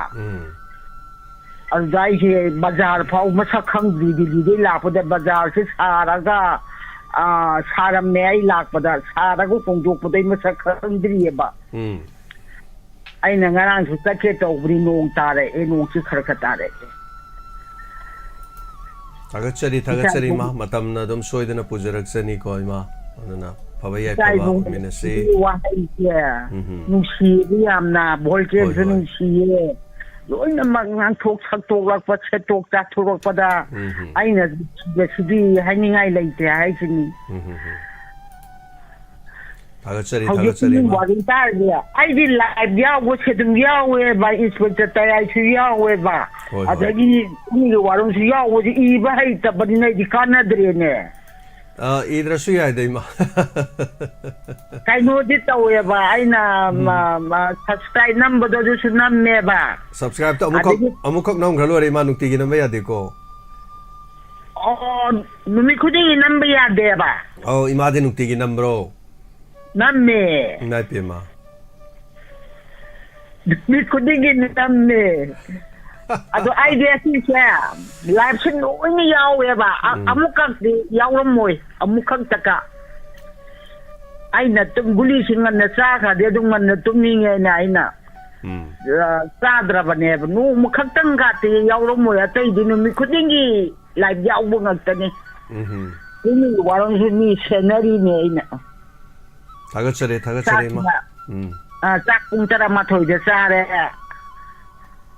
ꯑꯗꯨꯒ ꯉꯥꯏ ꯂꯩꯔꯤꯅꯤ ꯍꯣꯏ ꯏꯃꯥ ꯏꯆꯥ ꯇꯥꯕꯤꯌꯨ ꯄꯨꯟꯁꯤꯕꯗ ꯑꯣꯏꯌꯨꯀꯣ ꯍꯣꯏ ꯃꯤꯌꯥꯝꯒꯤ ꯁꯦꯕꯥ ꯇꯧꯕ ꯅꯥꯑꯦ ꯑꯃꯠꯇ ꯂꯩꯅꯨ ꯑꯩꯁꯨ ꯈꯔ ꯐꯔꯛꯑꯦ ꯀꯜꯂꯛꯑꯦ ꯍꯣꯏ ꯈꯨꯠ ꯅꯥꯕ ꯀꯥꯇꯣ ꯁꯝ ꯄꯨꯟꯕ ꯀꯥ ꯉꯝꯂꯛꯑꯦ ꯐꯅꯤ ꯏꯃꯥ ꯀꯟꯈꯠꯄꯤꯔꯣ ꯀꯜꯂꯀꯥꯟꯗ ꯅꯣꯡꯃ ꯃꯇꯥꯡ ꯆꯥꯕꯗꯀꯣ ꯏꯃꯥ ꯑꯗꯨꯝ ꯆꯠꯊꯣꯛ ꯆꯠꯁꯤꯟꯗ ꯋꯥꯅꯕꯅꯤꯅꯦ ꯃꯔꯛꯇꯅꯦ ꯅꯨꯡꯇꯤꯒꯤꯗꯤ ꯁꯨꯝ ꯑꯍꯜ ꯂꯃꯟ ꯏꯃꯥ ꯏꯕꯦꯟꯁꯤꯡꯅ ꯀꯣꯜ ꯇꯧꯕꯗꯣ ꯍꯦꯛ ꯒꯦꯞ ꯂꯩꯔꯒꯀꯣ ꯍꯞꯇꯥ ꯑꯃꯗ ꯑꯃꯨꯛ ꯍꯦꯛ ꯇꯧꯊꯣꯛꯑꯣ ꯑꯗꯣ ꯌꯥꯔꯗꯤ ꯀꯣꯜ ꯐꯪꯒꯗꯤ ꯋꯥ ꯅꯨꯡꯇꯤꯒꯤ ꯍꯦꯛ ꯁꯨꯝ ꯍꯥꯏ ꯂꯩꯔꯁꯨ ꯉꯁꯥꯏꯒꯤ ꯅꯍꯥꯁꯤꯡꯗꯤ ꯃꯣꯏꯒꯤ ꯃꯌꯥꯝꯗ ꯄꯨꯛꯅꯤꯡ ꯋꯥꯈꯜ ꯑꯣꯏꯕꯒꯤ ꯄꯨꯊꯣꯔꯛꯄꯗꯨꯗꯤ ꯐꯩꯗꯣ ꯑꯗꯨꯅ ꯏꯃꯥ ꯏꯕꯦꯜꯁꯤꯡꯗ ꯁꯨꯝ ꯍꯥꯏꯕꯗ ꯑꯩ ꯇꯥꯖꯔꯤ ꯑꯩ ꯌꯥꯝ ꯅꯨꯡꯉꯥꯏꯖꯔꯤ ꯑꯩ ꯌꯥꯝ ꯇꯥꯖꯔꯤ ꯉꯁꯤꯁꯨ ꯍꯥꯏꯕ ꯍꯌꯦꯡꯁꯨ ꯑꯩ ꯇꯥꯖꯔꯤ ꯑꯩ ꯅꯨꯡꯉꯥꯏꯖꯔꯤ ꯍꯪꯆꯤꯠꯁꯨ ꯑꯩ ꯇꯥꯖꯔꯤ ꯑꯩ ꯅꯨꯡꯉꯥꯏꯖꯔꯤ ꯁꯨꯝ ꯍꯥꯏꯔꯗꯤ ꯃꯌꯥꯝꯅ ꯆꯞ ꯃꯥꯟꯅꯅ ꯁꯨꯝ ꯍꯥꯏ ꯋꯥ ꯑꯅꯧꯕ ꯍꯥꯏꯔꯛꯇꯦ ꯈꯟꯗꯣꯔꯤꯕꯅꯤ ꯑꯗꯨꯅ ꯍꯥꯏꯔꯛꯑꯁꯨ ꯇꯣꯏꯔꯁꯨ ꯋꯥꯗꯣ ꯇꯣꯉꯥꯟ ꯄꯨꯈꯠꯂꯗꯤ ꯑꯃꯨꯛ ꯌꯥꯏ ꯏꯃꯥ ꯌꯥꯝ ꯅꯨꯡꯉꯥꯏꯖꯔꯦ ꯈꯨꯔꯨꯝꯖꯔꯤ ꯏꯃꯥ ꯑꯩꯈꯣꯏꯒꯤ ꯄꯨꯟꯁꯤ ꯐꯪꯖꯒꯦ ꯆꯍꯤ ꯐꯪꯖꯒꯦ ꯀꯣ ꯃꯌꯥꯝꯒꯤ ꯊꯧꯒꯜ ꯇꯧꯕꯗ ꯊꯦꯡꯛ ꯌꯨ ꯏꯃꯥ ꯑꯕꯨꯡꯆꯥ KS ꯊꯥꯒꯠꯆꯔꯤ ꯐꯦꯁꯕꯨꯛꯇꯕꯨ ꯆꯪꯉꯗꯤ ꯑꯗꯨꯝ ꯁꯤꯌꯥꯔ ꯇꯧꯋꯦꯅ ꯇꯥꯛꯄꯤꯔꯤ ꯌꯥꯝ ꯅꯨꯡꯉꯥꯏꯖꯩ ꯌꯨꯇ꯭ꯌꯨꯕꯇ ꯆꯪꯉꯤꯁꯤꯗ ꯌꯨꯇ꯭ꯌꯨꯕꯀꯤꯗꯤ ꯁꯤꯌꯥꯔ ꯇꯧꯕꯗꯨ ꯃꯌꯥꯝꯅ ꯇꯧꯅꯗꯦ ꯑꯗꯨꯕꯨ ꯐꯦꯁꯕꯨꯛꯇ ꯆꯪꯉꯤꯁꯤꯡꯅ ꯆꯪꯕꯤꯔꯤꯕꯁꯤꯡꯅ ꯁꯤꯌꯥꯔ ꯇꯧꯕꯤꯔꯗꯤ ꯌꯥꯝ ꯅꯨꯡꯉꯥꯏ ꯃꯔꯝꯗꯤ ꯑꯗꯣꯝꯒꯤ ꯄꯦꯖꯇ ꯃꯤ ꯌꯥꯝꯗ꯭ꯔꯕꯗ ꯃꯤ 5,000 ꯐꯥꯎꯗꯤ ꯑꯗꯣꯝꯒꯤ ꯂꯩꯗꯅ ꯑꯗꯩꯗ ꯑꯗꯣꯝꯅ ꯁꯤꯌꯥꯔ ꯇꯧꯔꯗꯤ 5,000ꯗꯨꯒꯤ ꯃꯅꯨꯡꯗ ꯑꯗꯣꯝꯅ ꯁꯤꯌꯥꯔ ꯇꯧꯕꯗꯤ ꯑꯗꯣꯝꯒꯤ ꯃꯔꯨꯞ ꯑꯃꯅ ꯊꯧꯔꯝꯁꯤꯗ ꯌꯦꯡ ꯇꯥꯔꯗꯤ ꯑꯗꯣꯝꯅ ꯃꯔꯝ ꯑꯣꯏꯔꯀꯥꯟꯗ ꯃꯤ ꯑꯃ ꯍꯦꯟꯒꯠꯂꯛꯀꯗꯣꯏꯅꯦꯕ ꯑꯗꯣ ꯍꯦꯟꯒꯠꯍꯟꯕꯗꯤ ꯑꯗꯣꯝꯗ ꯃꯤ 5,000 ꯑꯣꯔ 1,000 ꯌꯥꯝꯗ꯭ꯔꯁꯨ ꯁꯦ ꯃꯤ 200 ꯑꯣꯏꯔꯁꯨ ꯃꯤ 900 ꯑꯣꯏꯔꯁꯨ ꯑꯗꯣꯝꯒꯤ ꯐ꯭ꯔꯦꯟꯗꯤ ꯂꯩꯔꯝꯒꯅꯦꯕ ꯑꯗꯣ ꯃꯈꯣꯏꯗꯤ ꯌꯧꯈꯤꯗꯣꯏꯅꯤ ꯑꯗꯣꯝꯅ ꯁꯤꯌꯥꯔ ꯇꯧꯕ ꯍꯥꯏꯁꯦ ꯑꯗꯣꯝꯒꯤ ꯄꯦꯖꯇ ꯆꯠꯈꯤꯗꯣꯏꯅꯤ ꯑꯗꯣꯝꯒꯤ ꯄꯦꯖꯇ ꯌꯥꯎꯔꯤꯕ ꯃꯔꯨꯞꯈꯩꯗꯣ ꯑꯗꯨꯅ ꯁꯤꯌꯥꯔ ꯇꯧꯕ ꯍꯦꯜꯂꯛꯀꯗꯣꯏꯅꯤ ꯌꯦꯡꯉꯛꯀꯗꯣꯏꯅꯤ ꯑꯗꯨꯗꯒꯤ ꯄꯨꯛꯅꯤꯡ ꯋꯥꯈꯜ ꯃꯥꯟꯅꯔꯝꯃꯗꯤ ꯑꯗꯨꯗꯩ ꯑꯃꯅ ꯑꯃꯨꯛ ꯇꯧꯀꯥꯟꯗ ꯁꯤꯌꯥꯔ ꯇꯧꯀꯥꯟꯗ ꯌꯥꯝꯈꯤ ꯍꯥꯏꯕꯒꯤ ꯋꯥꯅꯤ ꯌꯥꯝꯈ꯭ꯔꯗꯤ ꯚ꯭ꯌꯨꯁ ꯌꯥꯝꯃꯤ ꯈꯪꯍꯟꯅꯤꯡꯉꯤꯕ ꯄꯣꯠꯇꯨ ꯂꯣꯏꯅ ꯌꯧꯏ ꯍꯥꯏꯕꯒꯤ ꯋꯥꯅꯤ ꯁꯤꯌꯥꯔ ꯌꯥꯝꯃꯒ ꯚ꯭ꯌꯨꯁ ꯌꯥꯝꯃꯒ ꯄꯩꯁꯥ ꯌꯥꯝ ꯂꯥꯛꯄ ꯑꯗꯨ ꯑꯗꯥꯏ ꯀꯩꯝ ꯂꯩꯇꯦ ꯍꯧꯖꯤꯛꯇ ꯚ꯭ꯌꯨꯁ ꯌꯥꯝꯕ ꯍꯥꯏꯗꯤ ꯑꯗꯨꯝ ꯆꯩꯇ꯭ꯔꯤ ꯆꯣꯈꯠ ꯑꯣꯏꯔꯣ ꯀꯔꯤ ꯑꯣꯏꯔꯣ ꯑꯗꯩ ꯃꯤ ꯑꯁꯤ ꯂꯥꯟꯒꯤ ꯄꯥꯎ ꯑꯣꯏꯔꯣ ꯀꯔꯤ ꯑꯣꯏꯔꯣ ꯑꯗꯨꯒꯨꯝꯕ ꯇꯧꯕꯗꯨꯅ ꯈꯔ ꯍꯦꯟꯅ ꯆꯠꯂꯦꯕ ꯈꯪꯖꯟꯕꯤꯌꯨ ꯀꯥꯏꯅ ꯍꯥꯏ ꯃꯤ ꯎꯅꯗꯒꯤ ꯗꯣꯛꯇꯔꯒ ꯎꯅꯕ ꯀꯥꯏꯅ ꯌꯥꯝ ꯀꯥꯟꯅꯕꯁꯤꯡ ꯌꯦꯡꯕꯗꯨ ꯃꯤ 3,000 ꯑꯃ 5 ꯑꯃ 3 ꯑꯃꯗ ꯍꯦꯟꯅ ꯀꯔꯤꯝ ꯂꯩꯇꯦꯕ ꯍꯧꯖꯤꯛꯀꯤ ꯃꯇꯝꯗꯗꯤ ꯍꯥꯏꯇꯥꯔꯦ ꯑꯗꯩ ꯀꯅꯥꯒꯨꯝꯕꯅ ꯐꯖꯕ ꯄꯥꯎꯇꯥꯛ ꯑꯃ ꯄꯤꯕꯗꯁꯨ ꯍꯥꯏꯇꯥꯔꯦ ꯌꯥꯝ ꯂꯨꯏꯌꯦ ꯍꯧꯖꯤꯛꯃꯨꯛ ꯂꯨꯕ ꯂꯩꯇꯦ ꯍꯧꯖꯤꯛꯀꯤ ꯃꯇꯝꯁꯦ ꯀꯣꯜ ꯑꯃ ꯂꯥꯛꯑꯦ ꯂꯧꯈꯠꯆꯒꯦ ꯍꯜꯂꯣ ꯇꯔꯥꯝ ꯅꯣꯛꯆꯔꯤ ꯃꯃꯥ ꯀꯣꯡꯕꯩ ꯃꯃꯥ ꯕꯅꯥꯕꯇꯤꯅꯦ ꯉꯁꯥꯏ ꯍꯧꯖꯤꯛꯅꯦ ꯍꯧꯖꯤꯛ ꯌꯥꯝ ꯅꯨꯡꯁꯤꯕ ꯑꯃꯅ ꯑꯩꯈꯣꯏ ꯋꯥꯈꯗꯒꯤ ꯏꯃꯥ ꯑꯍꯨꯝꯅ ꯍꯥꯏꯔꯛꯄꯗꯣ ꯏꯃꯥ ꯍꯥꯏꯇꯥꯔꯦ ꯑꯩꯈꯣꯏꯒꯤꯗꯤ ꯏꯆꯦ ꯍꯥꯏꯇꯥꯔꯦꯀꯣ ꯑꯗꯨ ꯏꯕꯨꯡꯉꯣꯒꯤꯗꯤ ꯏꯃꯥ ꯇꯥꯔꯦ ꯌꯥꯝ ꯅꯨꯡꯁꯤꯕ ꯑꯗꯒꯤ ꯑꯃꯨꯛ ꯇꯤꯔꯣꯇ ꯃꯥꯅ ꯑꯃꯨꯛ ꯍꯥꯏꯔꯛꯄꯗꯣ ꯌꯥꯝ ꯅꯨꯡꯁꯤꯌꯦꯅ ꯍꯥꯏꯔꯛꯄꯗꯨꯗ ꯃꯃꯥꯅ ꯁꯨꯝ ꯐꯣꯡꯗꯣꯛꯅꯤꯡꯕ ꯋꯥꯅꯤꯗ ꯅꯨꯡꯁꯤꯃꯟꯈꯤꯗꯅ ꯑꯍꯨꯝꯗꯨꯅ ꯑꯃꯅ ꯃꯣꯏ ꯁꯤꯡꯖꯨ ꯌꯣꯜꯂꯦ ꯑꯃꯅ ꯕ꯭ꯔꯞ ꯌꯣꯜꯂꯦ ꯑꯃꯅ ꯏꯟꯁꯥꯡ ꯅꯥꯄꯤ ꯌꯣꯜꯂꯒ ꯐꯝꯃꯒ ꯃꯣꯏ ꯑꯍꯨꯝꯅ ꯇꯧꯖꯕꯗꯣ 이마기데이디 뻥나쁘디 라픈데 공부데디 뻥나쁘디 라쁘디 공부데기 와카복 setpese kya laptoino ma iril bungo som site chatoiro a kanorom jatoini akogi khobangong lambendo aduda jatoini thong moide thong ba ki matugi tiliga habado thambakong nam asom aduga asom kari halup naharup asongi sape dom chatpadro ada naharup chatpadro asongi garden ga lebudro aduga amamang lomda su garden la kenom lebudro garden lebudna maka awang makarum da chatre mogi awang da haiga da awang lomda okay awang haiga da ai sa thoi gi makhong mapa si direct chatpada ina ningsing ma da thokta ba haida hoi hoi yam noi dei aw adune mamana ne sunu khiba alagi ida me noi hello bula ka ne su ta ye bo ya ni ha shi asa ina da yo de dai ni hello ba lo ka ne tôi thao ko li ka ha ba do ko li na kai ka nu ngai khai da tôi ngo nu ngai da tôi mai không có không kan ja wa ni ta hoi hoi hoi đấy nha phải mình rất yêu tâm hà lâu hay đấy ở đây cái cái tôi quăng thì cái bút đồ à tức mà chỉ là phải tại vì hôm nào thì ngang là thì cái này luôn anh mà thấy tao chúng mình là nhìn thấy cái hai cái gì yang cái su nó cái giá trị vậy nó cái làm biên đồ còn nó mà cái nó cái không không nó để bị lấy đây rồi à cho mình trồng cái ra này vậy mà 숙이네 레이제 마마 숙도는 저기 푸마 야티 뭐야 그절로 돌리니 만 레이제 이 드라이 반대에 부흥도 라이게 그 이제 부여라 버니 아도 아무칸 잘로 아무칸 잘로 얘기 막함도가 아무도 따다지 양 나도 나도 따다 가다 람데 나도 따다 가다 아버니 자기네 내가 자기도 공이 와 나도 그야 모두 아이 aduh kami di PD pokok mat di nasi limbang gitu ya. Tahap lo ke matum deh, ada taring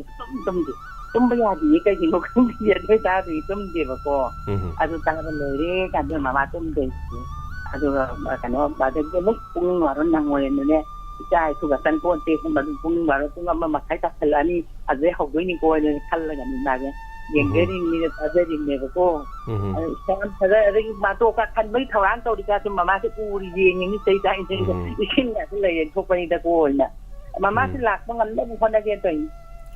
คนได้จะได้หลักตัวได้หลักก็อย่างเราต้องเรียนน่ะมาม่าพอดีโดนแล้วยาวจะหลักกันนี่โดนแล้วยาวจะหลักกันที่ปะพงเลยยาวพอดีนะไอ้เนี่ยอย่างเรายาวได้rồiมาที่ก็เส้นอย่างเงี้ยป่ะอาจจะนี่แหละอย่างเงี้ยประมาณที่หลักตัวya kalian cai manggolo roy matang puting mata manggolo yo nana hai do tu dangai hamjara ki ko thank you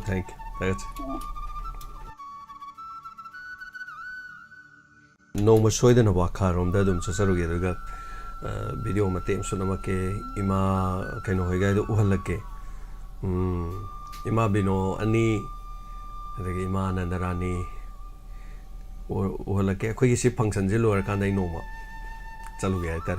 ima sing do sum lani da khoi na lambi se mo ngam dong na te do su lei da na ko asoi ba thi ge na khan mana ta ba nu sidra ne corona gi manung da mamono pi kai na khre mamono pi ma sa ni ngo no humon do me mai nu pa da nu pi to pa thi ya de kari gi thiru ni nu pi thi dra su ma sa cha rom ni na ma sa sing gi thamoi de gi ma mi te gi ma pi ta ni du saru pu di nu pi thi roi isa sing du gi kumai yang ni ga na lei ga na ha ba nu si da na ko da ima du na ngasi ayukta sangom yo lo lupa chahum yang khai ta lo re ga nu si dran se da khoi mo me ama de yum da lei bi thabak lei te ar pham ga dum thabak su dun lei bi yaw ima son bi du na di sangom yo lo lupa chahum yang khai tan ga hoji um barap yon doi ni hore na mo ma lupa cham sading pusan doi ni yam da lupa sangwa pusan doi ni ngasi sangwa sum pusan gi re di sangwa in tu kuntra manga hum tra nga le lupa kya no tha ma gi ma lak tu yam gro pusan pham de aduna ima hoi di tam je ba ya he tai hello Hello, namu nana usinga mai wang bayu lekai degi mara sangla pon ni dong. Mara stara mu sore tapu.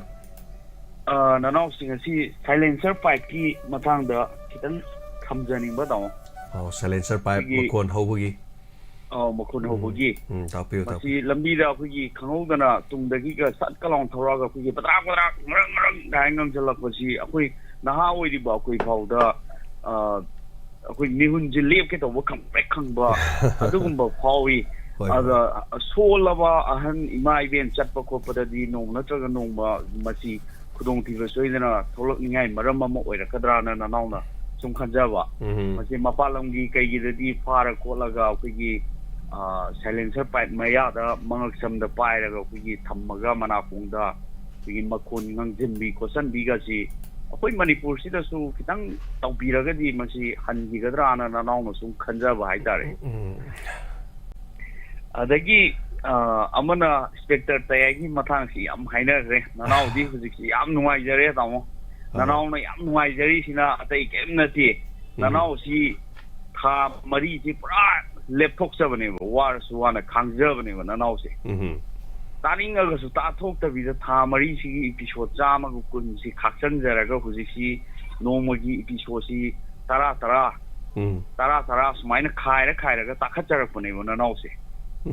masidadi nanong na khana ngai jaram bagi awaba episode ngasi lo shangraga hayengi kamai toroma khaji lakadagi na wakhan charang na ba adugumba pen da bagi posi madi nanong do ji leitre ji aduki matik yam nungai re taning bagi ji khai tathara puda akoi mangani sakau da saring thong ba nami da mina korpo khum da wai mong da leire nanong ji Thank you, Tong. See how I got lotion jacket on. Thank you. Actually.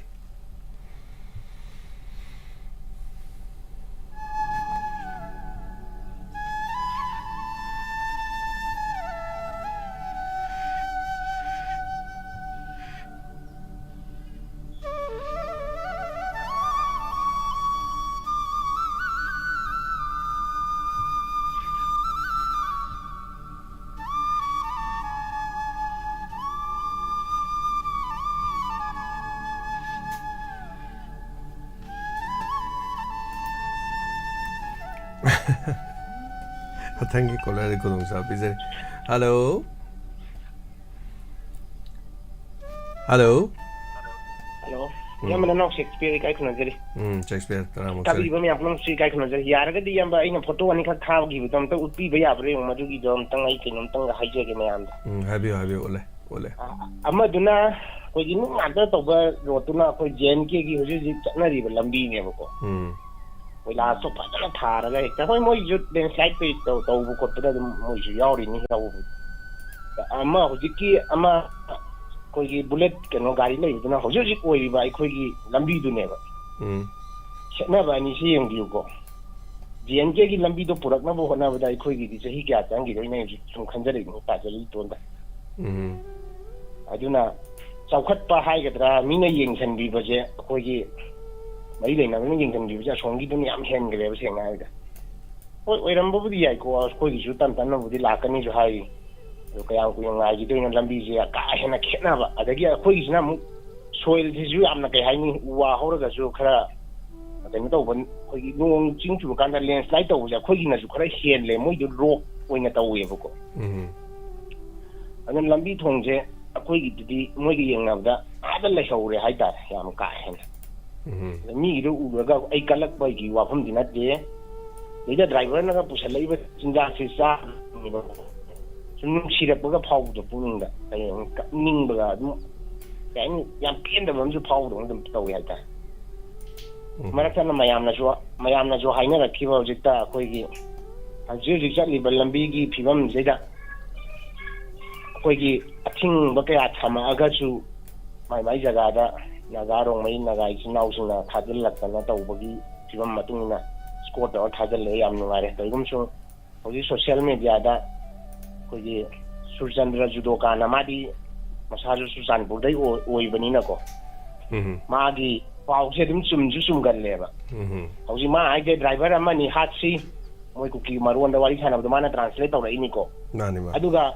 Naga ꯏꯆꯤꯟ ꯏꯅꯥꯎꯗ ꯇꯥꯏꯁꯟꯅꯁꯤ ꯑꯗꯨꯒ ꯃꯈꯣꯏꯅ ꯅꯨꯃꯤꯠ ꯆꯥꯝꯃꯅꯤ ꯅꯥꯒꯥꯒꯤꯅ ꯇꯧꯈꯤꯕꯗꯨ ꯑꯩꯈꯣꯏꯅ ꯀꯔꯤꯝ ꯍꯥꯏꯗꯦ ꯑꯩꯈꯣꯏꯅ ꯈꯔ ꯇꯧꯕꯁꯤꯗ ꯃꯣꯏꯅ ꯃꯇꯦꯡ ꯄꯥꯡꯁꯤꯜꯂꯒ ꯇꯧꯕ ꯌꯥꯕ꯭ꯔꯥ ꯁꯤꯒꯤ ꯐ꯭ꯂꯛꯆꯨꯋꯦꯁꯟꯁꯦ ꯈꯔ ꯈꯔ ꯂꯥꯛꯄ ꯍꯧꯈ꯭ꯔꯦꯕ ꯍꯟꯗꯛꯀꯤ ꯅꯨꯃꯤꯠ 4-5ꯅꯤꯁꯤꯗ ꯍꯥꯏꯇꯥꯔꯦ ꯍꯥꯏꯗꯤ ꯃꯣꯏꯅ ꯇꯧꯕꯗ ꯈꯨꯠ ꯊꯤꯡꯖꯤꯜꯂꯦ ꯍꯥꯏꯗꯅ ꯑꯗꯨꯅ ꯑꯩꯅ ꯍꯥꯏꯖꯅꯤꯡꯉꯤꯅ ꯆꯨꯝꯁꯅꯨ ꯆꯨꯝꯗꯁꯅꯨ ꯍꯥꯏꯔꯛꯏꯕ ꯄꯥꯎꯗꯨꯒꯤ ꯃꯇꯨꯡ ꯏꯟꯅ ꯗ꯭ꯔꯥꯏꯚꯔ ꯑꯣꯏꯔꯤꯕ ꯏꯆꯤꯟ ꯏꯅꯥꯎꯁꯤꯡ ꯑꯩ ꯈꯤꯇꯪ ꯆꯦꯛꯁꯤꯜꯍꯟꯅꯤꯡꯉꯤꯀꯣ ꯁꯦꯀꯨꯔꯤꯇꯤ ꯐꯅ ꯂꯩꯔꯒꯁꯨ ꯀꯃꯥꯏꯅ ꯇꯧꯕꯅꯣ ꯀꯝꯗꯧꯕꯅꯣ ꯈꯪꯉꯣꯏꯗꯣꯏꯅꯤ ꯑꯗꯨꯅ ꯃꯥꯒꯤ ꯄꯥꯎꯁꯦ ꯈꯤꯇꯪ ꯍꯥꯟꯅꯗꯒꯤꯁꯨ ꯆꯨꯝꯒꯜꯂꯤ ꯑꯗꯨꯅ ꯈꯤꯇꯪ ꯃꯣꯏꯒꯤ ꯇꯧꯔꯤꯕ ꯃꯑꯣꯡꯁꯤꯗ ꯂꯥꯂꯣꯡ ꯑꯃꯃꯨꯛ ꯇꯧꯔꯛꯄ ꯌꯥꯕꯒꯤ ꯐꯤꯕꯝ ꯑꯃ ꯂꯩ ꯍꯥꯏꯇꯥꯔꯦ ꯃꯥ ꯃꯁꯥꯅ ꯊꯥꯒꯠꯂꯛꯄ ꯑꯩꯅ ꯃꯌꯥꯝꯅ ꯎꯁꯨ ꯎꯅꯔꯕꯕꯨꯗꯤ ꯌꯥꯎꯔꯝꯃꯅꯤ ꯁꯨꯝ ꯍꯥꯏꯖꯔꯛꯏ ꯇꯥꯗꯕ ꯈꯔ ꯂꯩꯔꯝꯃꯒ ꯁꯣꯝꯅ ꯁꯤꯃꯒ ꯑꯃꯨꯛ ꯊꯝꯖꯔꯒ ꯍꯧꯖꯤꯛꯀꯤ ꯌꯦꯡꯁꯦꯕ ꯏꯌꯥꯝꯕ ꯑꯩꯅ ꯁꯨꯝ ꯄꯦꯟꯖꯗꯕꯩꯁꯨ ꯅꯠꯇꯦ ꯑꯣꯅꯔꯦꯕꯜ ꯆꯤꯐ ꯃꯤꯅꯤꯁꯇꯔꯅ ꯐꯣꯡꯗꯣꯛꯏꯕ ꯋꯥꯐꯝꯁꯦ ꯌꯥꯝ ꯐꯖꯩ ꯍꯟꯗꯛ ꯅꯣꯡ ꯅꯤꯅꯤꯗ ꯏꯃꯥ ꯏꯕꯦꯟ ꯃꯩꯔꯥ ꯄꯥꯏꯕꯤ ꯈꯔꯅ ꯄꯦꯟꯗꯗꯅ ꯑꯀꯟꯕ ꯋꯥꯍꯩ ꯑꯣꯅꯔꯦꯕꯜ ꯆꯤꯐ ꯃꯤꯅꯤꯁꯇꯔꯅ ꯊꯥꯕꯗꯣ ꯃꯗꯨ ꯈꯤꯇꯪ ꯑꯩꯈꯣꯏ ꯂꯩꯕꯥꯛ ꯃꯆꯥ ꯇꯥꯕꯗꯤ ꯋꯥꯠꯂꯦ ꯍꯥꯏꯇꯥꯔꯦ ꯃꯤꯌꯥꯝꯁꯦ ꯑꯗꯨꯛꯀꯤ ꯃꯇꯤꯛ ꯄꯦꯟꯗ꯭ꯔꯦꯅ ꯍꯥꯏꯅꯔꯛꯏꯅꯦꯕ ꯑꯗꯣ ꯑꯗ ꯑꯩꯅ ꯍꯥꯏꯖꯅꯤꯡꯉꯤꯅ ꯑꯩꯈꯣꯏ ꯑꯣꯅꯔꯦꯕꯜ ꯆꯤꯐ ꯃꯤꯅꯤꯁꯇꯔꯁꯤꯁꯨ ꯁꯦꯟꯇꯔꯅ ꯇꯧꯔꯤꯕ ꯃꯑꯣꯡꯁꯦ ꯇꯧꯖꯁꯅꯨ ꯍꯥꯏꯕꯗꯨ ꯅꯠꯇꯕꯤꯗ ꯑꯗꯨꯉꯩꯒꯤ ꯕꯨꯙꯆꯟꯗ꯭ꯔ ꯃꯍꯥꯔꯥꯖ ꯁꯥꯏꯟ ꯇꯧꯔꯒ ꯂꯧꯈ꯭ꯔꯒ ꯇꯧꯈꯤꯕꯗꯩꯅꯦꯕ ꯑꯩꯈꯣꯏꯅ ꯋꯥꯏꯁꯦ ꯃꯣꯏꯅ ꯇꯧꯔꯛꯀꯅꯤ ꯍꯥꯏꯕꯗꯨ ꯅꯠꯇꯦꯕ ꯇꯧꯔꯛꯄ ꯌꯥꯕꯒꯤ ꯑꯏꯕꯒ ꯉꯝꯃꯒꯗꯤ ꯉꯝꯗꯕꯕꯨꯗꯤ ꯌꯥꯏꯀꯣ ꯅꯍꯧꯔꯒ ꯇꯧꯔꯒꯗꯤ ꯑꯩꯈꯣꯏ ꯃꯅꯤꯄꯨꯔꯁꯦ ꯆꯞ ꯃꯥꯟꯅꯅ ꯌꯦꯡꯉꯛꯄꯁꯨ ꯌꯥꯏꯕ ꯍꯧꯖꯤꯛ ꯀꯔꯤꯒꯤꯗꯃꯛꯇ ꯑꯔꯥꯝꯕꯥꯏ ꯇꯦꯡꯒꯣꯜꯒꯤ ꯑꯩꯈꯣꯏ ꯂꯨꯆꯤꯡ ꯇꯨꯔꯦꯜꯗ NIAꯅ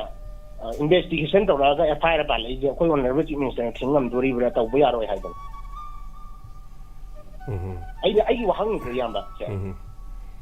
ꯑꯗꯨꯅ ꯃꯁꯤ ꯌꯥꯝ ꯂꯨꯕ ꯊꯕꯛꯅꯤ ꯑꯗꯨꯅ ꯍꯧꯖꯤꯛ ꯁꯦꯟꯇ꯭ꯔꯦꯜ ꯄꯦꯔꯥꯃꯤꯂꯤꯇꯔꯤ ꯐꯣꯔꯁꯦꯁ ꯃꯌꯥꯝ ꯊꯥꯖꯤꯜꯂꯛꯏꯁꯦ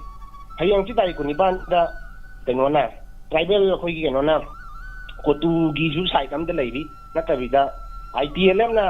ꯔꯦꯂꯤ ꯆꯠꯀꯅꯤ ꯍꯥꯏꯔꯤ ꯑꯩꯈꯣꯏ ꯑꯣꯅꯔꯦꯕꯜ ꯆꯤꯐ ꯃꯤꯅꯤꯁꯇꯔ ꯅꯠꯇ꯭ꯔꯒ ꯃꯅꯤꯄꯨꯔ ꯒꯣꯔꯃꯦꯟꯅ ꯊꯤꯡꯉꯝꯗꯣꯔꯤꯕ꯭ꯔꯥ ꯑꯗꯨꯁꯨ ꯌꯨꯅꯤꯌꯟ ꯇꯦꯔꯤꯇꯣꯔꯤꯒꯤ ꯃꯇꯥꯡꯗ ꯔꯦꯂꯤ ꯆꯠꯇꯣꯏꯅꯤ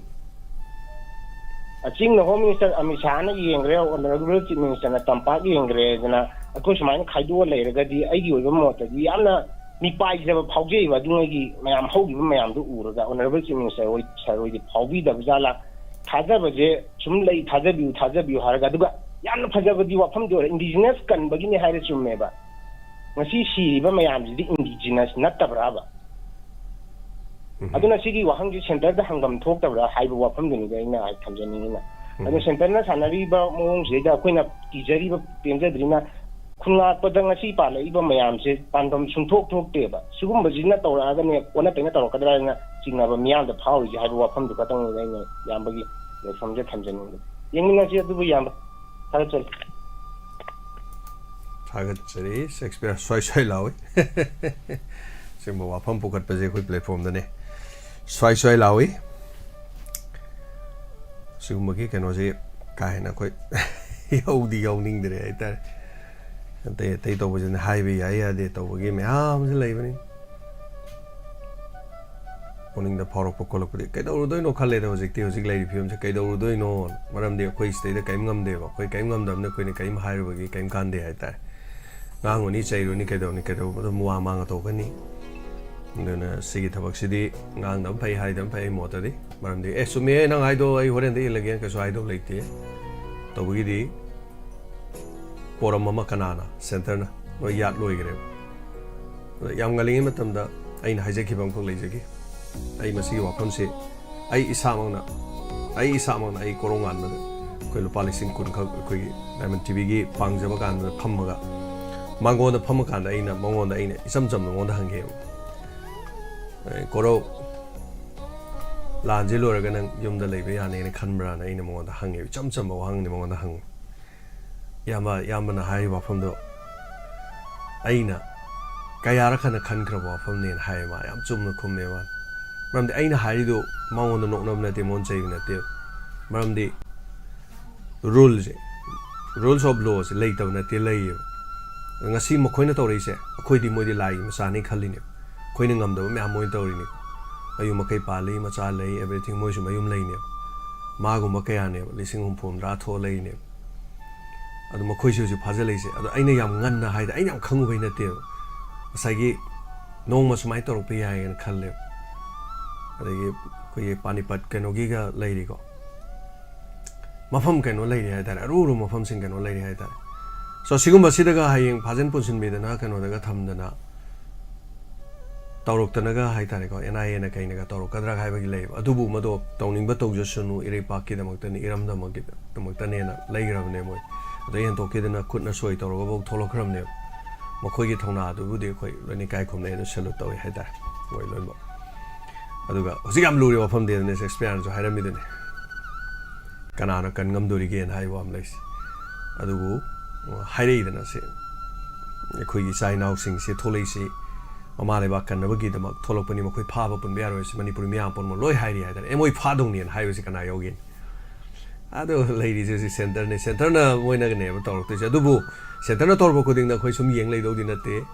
ꯇꯧꯔꯛꯂꯤꯕ ꯈꯨꯗꯤꯡꯃꯛꯁꯤꯡ ꯑꯗꯨꯗ ꯌꯥꯅꯤꯡꯕꯅ ꯌꯥ ꯇꯥꯔꯦ ꯌꯥꯅꯤꯡꯗ꯭ꯔꯗꯤ ꯑꯣꯄꯣꯖ ꯇꯧ ꯇꯥꯔꯦ ꯂꯩꯄꯥꯛ ꯃꯤꯌꯥꯝꯅ ꯌꯥꯗ꯭ꯔꯗꯤꯅꯦ ꯐꯅ ꯍꯥꯏꯕ ꯋꯥꯅꯦꯕ ꯂꯥꯟ ꯊꯣꯛꯄꯗꯤ ꯊꯣꯛꯄ ꯌꯥꯏ ꯑꯁꯣꯛꯄꯗꯤ ꯃꯌꯥꯝ ꯌꯥꯎꯕ ꯌꯥꯏ ꯌꯥꯅꯤꯡꯗꯕꯗꯤ ꯌꯥꯅꯤꯡꯗꯦ ꯍꯥꯏꯗꯅ ꯑꯗꯨꯝ ꯍꯥꯏꯕꯒꯤ ꯇꯉꯥꯏꯐꯗꯕ ꯂꯩ ꯍꯜꯂꯣ ꯃꯤꯡꯒ ꯂꯩꯐꯝꯒ ꯇꯥꯛꯄꯤꯁꯤ ꯁꯥꯔ ꯋꯥꯡꯈꯩ ꯄꯜꯂꯤꯒꯤ ꯇꯣꯏꯖꯝ ꯂꯦꯅꯨ ꯇꯔꯥꯃꯨꯛꯆꯔꯤ ꯇꯥꯛꯄꯤꯌꯨ ꯀꯔꯤ ꯋꯥꯐꯝ ꯍꯥꯏꯕꯤꯅꯤꯡꯉꯤ ꯁꯥꯔꯕꯨ ꯑꯍꯥꯟꯕꯃꯛꯇꯗ ꯈꯨꯔꯨꯝꯖꯔꯤ ꯑꯩꯁꯨ ꯇꯥꯛꯄꯤꯌꯨ ꯋꯥꯐꯝ ꯑꯃꯅꯤꯗ ꯊꯝꯖꯒꯦ ꯑꯩ ꯅꯍꯥꯟꯈꯩ ꯐꯣꯟꯁꯦ ꯐꯪꯗꯕ ꯑꯗꯨꯗꯒꯤ ꯇꯥꯏꯃꯤꯡꯁꯨ ꯌꯥꯝ ꯆꯤꯟꯕ ꯑꯩꯁꯦ ꯗꯨꯀꯥꯟ ꯐꯝꯖꯕꯅꯤꯅꯀꯣ ꯇꯥꯏꯃꯤꯡꯁꯤꯁꯨ ꯐꯣꯟ ꯇꯧꯕ ꯃꯤ ꯆꯤꯡꯈꯠꯂꯛꯄ ꯇꯥꯏꯃꯤꯡ ꯍꯦꯛꯇ ꯑꯣꯏꯁꯜꯂꯛꯄ ꯑꯗꯨꯅ ꯃꯔꯝ ꯑꯣꯏꯔꯀꯥꯟꯗ ꯀꯩꯅꯣ ꯇꯧꯖꯕ ꯐꯣꯟ ꯇꯧꯕꯒꯤ ꯆꯥꯡꯁꯤ ꯌꯥꯝ ꯐꯪꯕꯗꯤ ꯌꯥꯝ ꯋꯥꯔꯕ ꯑꯩꯒꯤ ꯀꯩꯅꯣꯒꯤꯗꯣ ꯑꯗꯨꯝ ꯌꯥꯝ ꯇꯣꯏꯅ ꯇꯧꯗ ꯌꯥꯗꯦꯕ ꯂꯩꯇꯦ ꯑꯗꯨꯝ ꯂꯦꯞꯊꯣꯛꯑ ꯑꯗꯨꯝ ꯇꯧꯕꯤꯕ ꯀꯩꯁꯨ ꯀꯥꯏꯗꯦ ꯉꯁꯤ ꯑꯃꯨꯛ ꯇꯧꯕꯤꯔꯛꯏꯁꯤꯗꯤ ꯑꯗꯨꯝ ꯌꯥꯏ ꯑꯩꯒꯤ ꯀꯩꯅꯣꯒꯤꯗꯣ ꯒ꯭ꯔꯨꯞꯀꯤ ꯅꯝꯕꯔꯗꯤ ꯑꯩꯅ ꯈꯪꯖꯔꯔꯣꯏ ꯒ꯭ꯔꯨꯞꯇꯨꯗ ꯑꯗꯨꯝ ꯍꯪꯕꯤꯔꯛꯑꯣ ꯃꯦꯗꯥꯝ ꯒ꯭ꯔꯨꯞꯇꯨꯗꯅꯦ ꯑꯗꯣꯝꯒꯤ ꯒ꯭ꯔꯨꯞꯇꯣ ꯃꯦꯗꯥꯝꯅ ꯌꯥꯎꯔꯤꯕ ꯒ꯭ꯔꯨꯞꯇꯨꯗ ꯑꯩꯒꯤ ꯁꯦꯔꯤꯌꯦꯜ ꯅꯝꯕꯔ ꯀꯌꯥꯅꯣꯅ ꯍꯪꯕꯤꯌꯣꯕ ꯑꯗꯨꯝ ꯈꯨꯝꯃꯛꯀꯅꯤ ꯑꯩꯗꯤ ꯑꯗꯨꯒꯤ ꯁꯦꯔꯤꯌꯦꯜ ꯅꯝꯕꯔ ꯏꯕꯗꯣ ꯍꯧꯖꯤꯛꯀꯤ ꯒ꯭ꯔꯨꯞꯇꯨꯒꯤ ꯑꯦꯗꯃꯤꯟꯁꯤꯡꯅ ꯂꯣꯏꯅ ꯏꯒꯅꯦꯕꯀꯣ ꯑꯗꯩꯗ ꯑꯗꯨꯝ ꯏꯔꯛꯀꯅꯤ ꯑꯗꯣ ꯁꯦꯔꯤꯌꯦꯜ ꯅꯝꯕꯔꯒꯤ ꯌꯥꯝ ꯊꯣꯏꯗꯣꯛꯄ ꯀꯩꯁꯨ ꯂꯩꯇꯦ ꯑꯗꯣꯝꯒꯤ ꯃꯤꯡ ꯌꯥꯎꯔꯕ ꯒ꯭ꯔꯨꯞꯇ ꯃꯦꯁꯦꯖ ꯌꯥꯎꯔꯕ ꯑꯗꯨꯝ ꯌꯥꯔꯦ ꯑꯗꯨꯒ ꯑꯗꯣꯝꯅ ꯈꯪꯕꯤꯅꯤꯡꯕ ꯂꯩꯔꯒꯁꯨ ꯒ꯭ꯔꯨꯞꯇ ꯑꯩꯒꯤ ꯁꯦꯔꯤꯌꯦꯜ ꯀꯌꯥꯅꯣꯅ ꯑꯝꯇꯪ ꯏꯕꯤꯈꯣ ꯁꯣꯏꯗꯅ ꯍꯣꯔꯦꯟ ꯅꯨꯃꯤꯗꯥꯡ ꯐꯥꯎ ꯃꯅꯨꯡꯗ ꯈꯨꯝꯃꯛꯀꯅꯤ ꯅꯠꯇꯕ ꯁꯦꯔꯤꯌꯦꯜ ꯅꯠꯇꯕ ꯁꯥꯔ ꯑꯩꯒꯤ ꯒ꯭ꯔꯨꯞꯀꯤ ꯀꯩꯅꯣꯁꯦ ꯒ꯭ꯔꯨꯞ ꯌꯥꯎꯔꯤꯕ ꯅꯝꯕꯔꯁꯦ ꯏꯆꯥ ꯅꯨꯄꯥꯅ ꯄꯨꯈ꯭ꯔꯦꯕꯀꯣ ꯑꯗꯨ ꯑꯦꯗ ꯇꯧꯅꯦꯅ ꯍꯣꯡꯗꯣꯛꯀꯅꯤ ꯍꯥꯏꯕꯗꯨ ꯍꯣꯡꯗ꯭ꯔꯤꯕ꯭ꯔꯣ ꯅꯝꯕꯔ ꯄꯤꯔꯛꯈ꯭ꯔꯗꯥꯏ ꯑꯗꯨ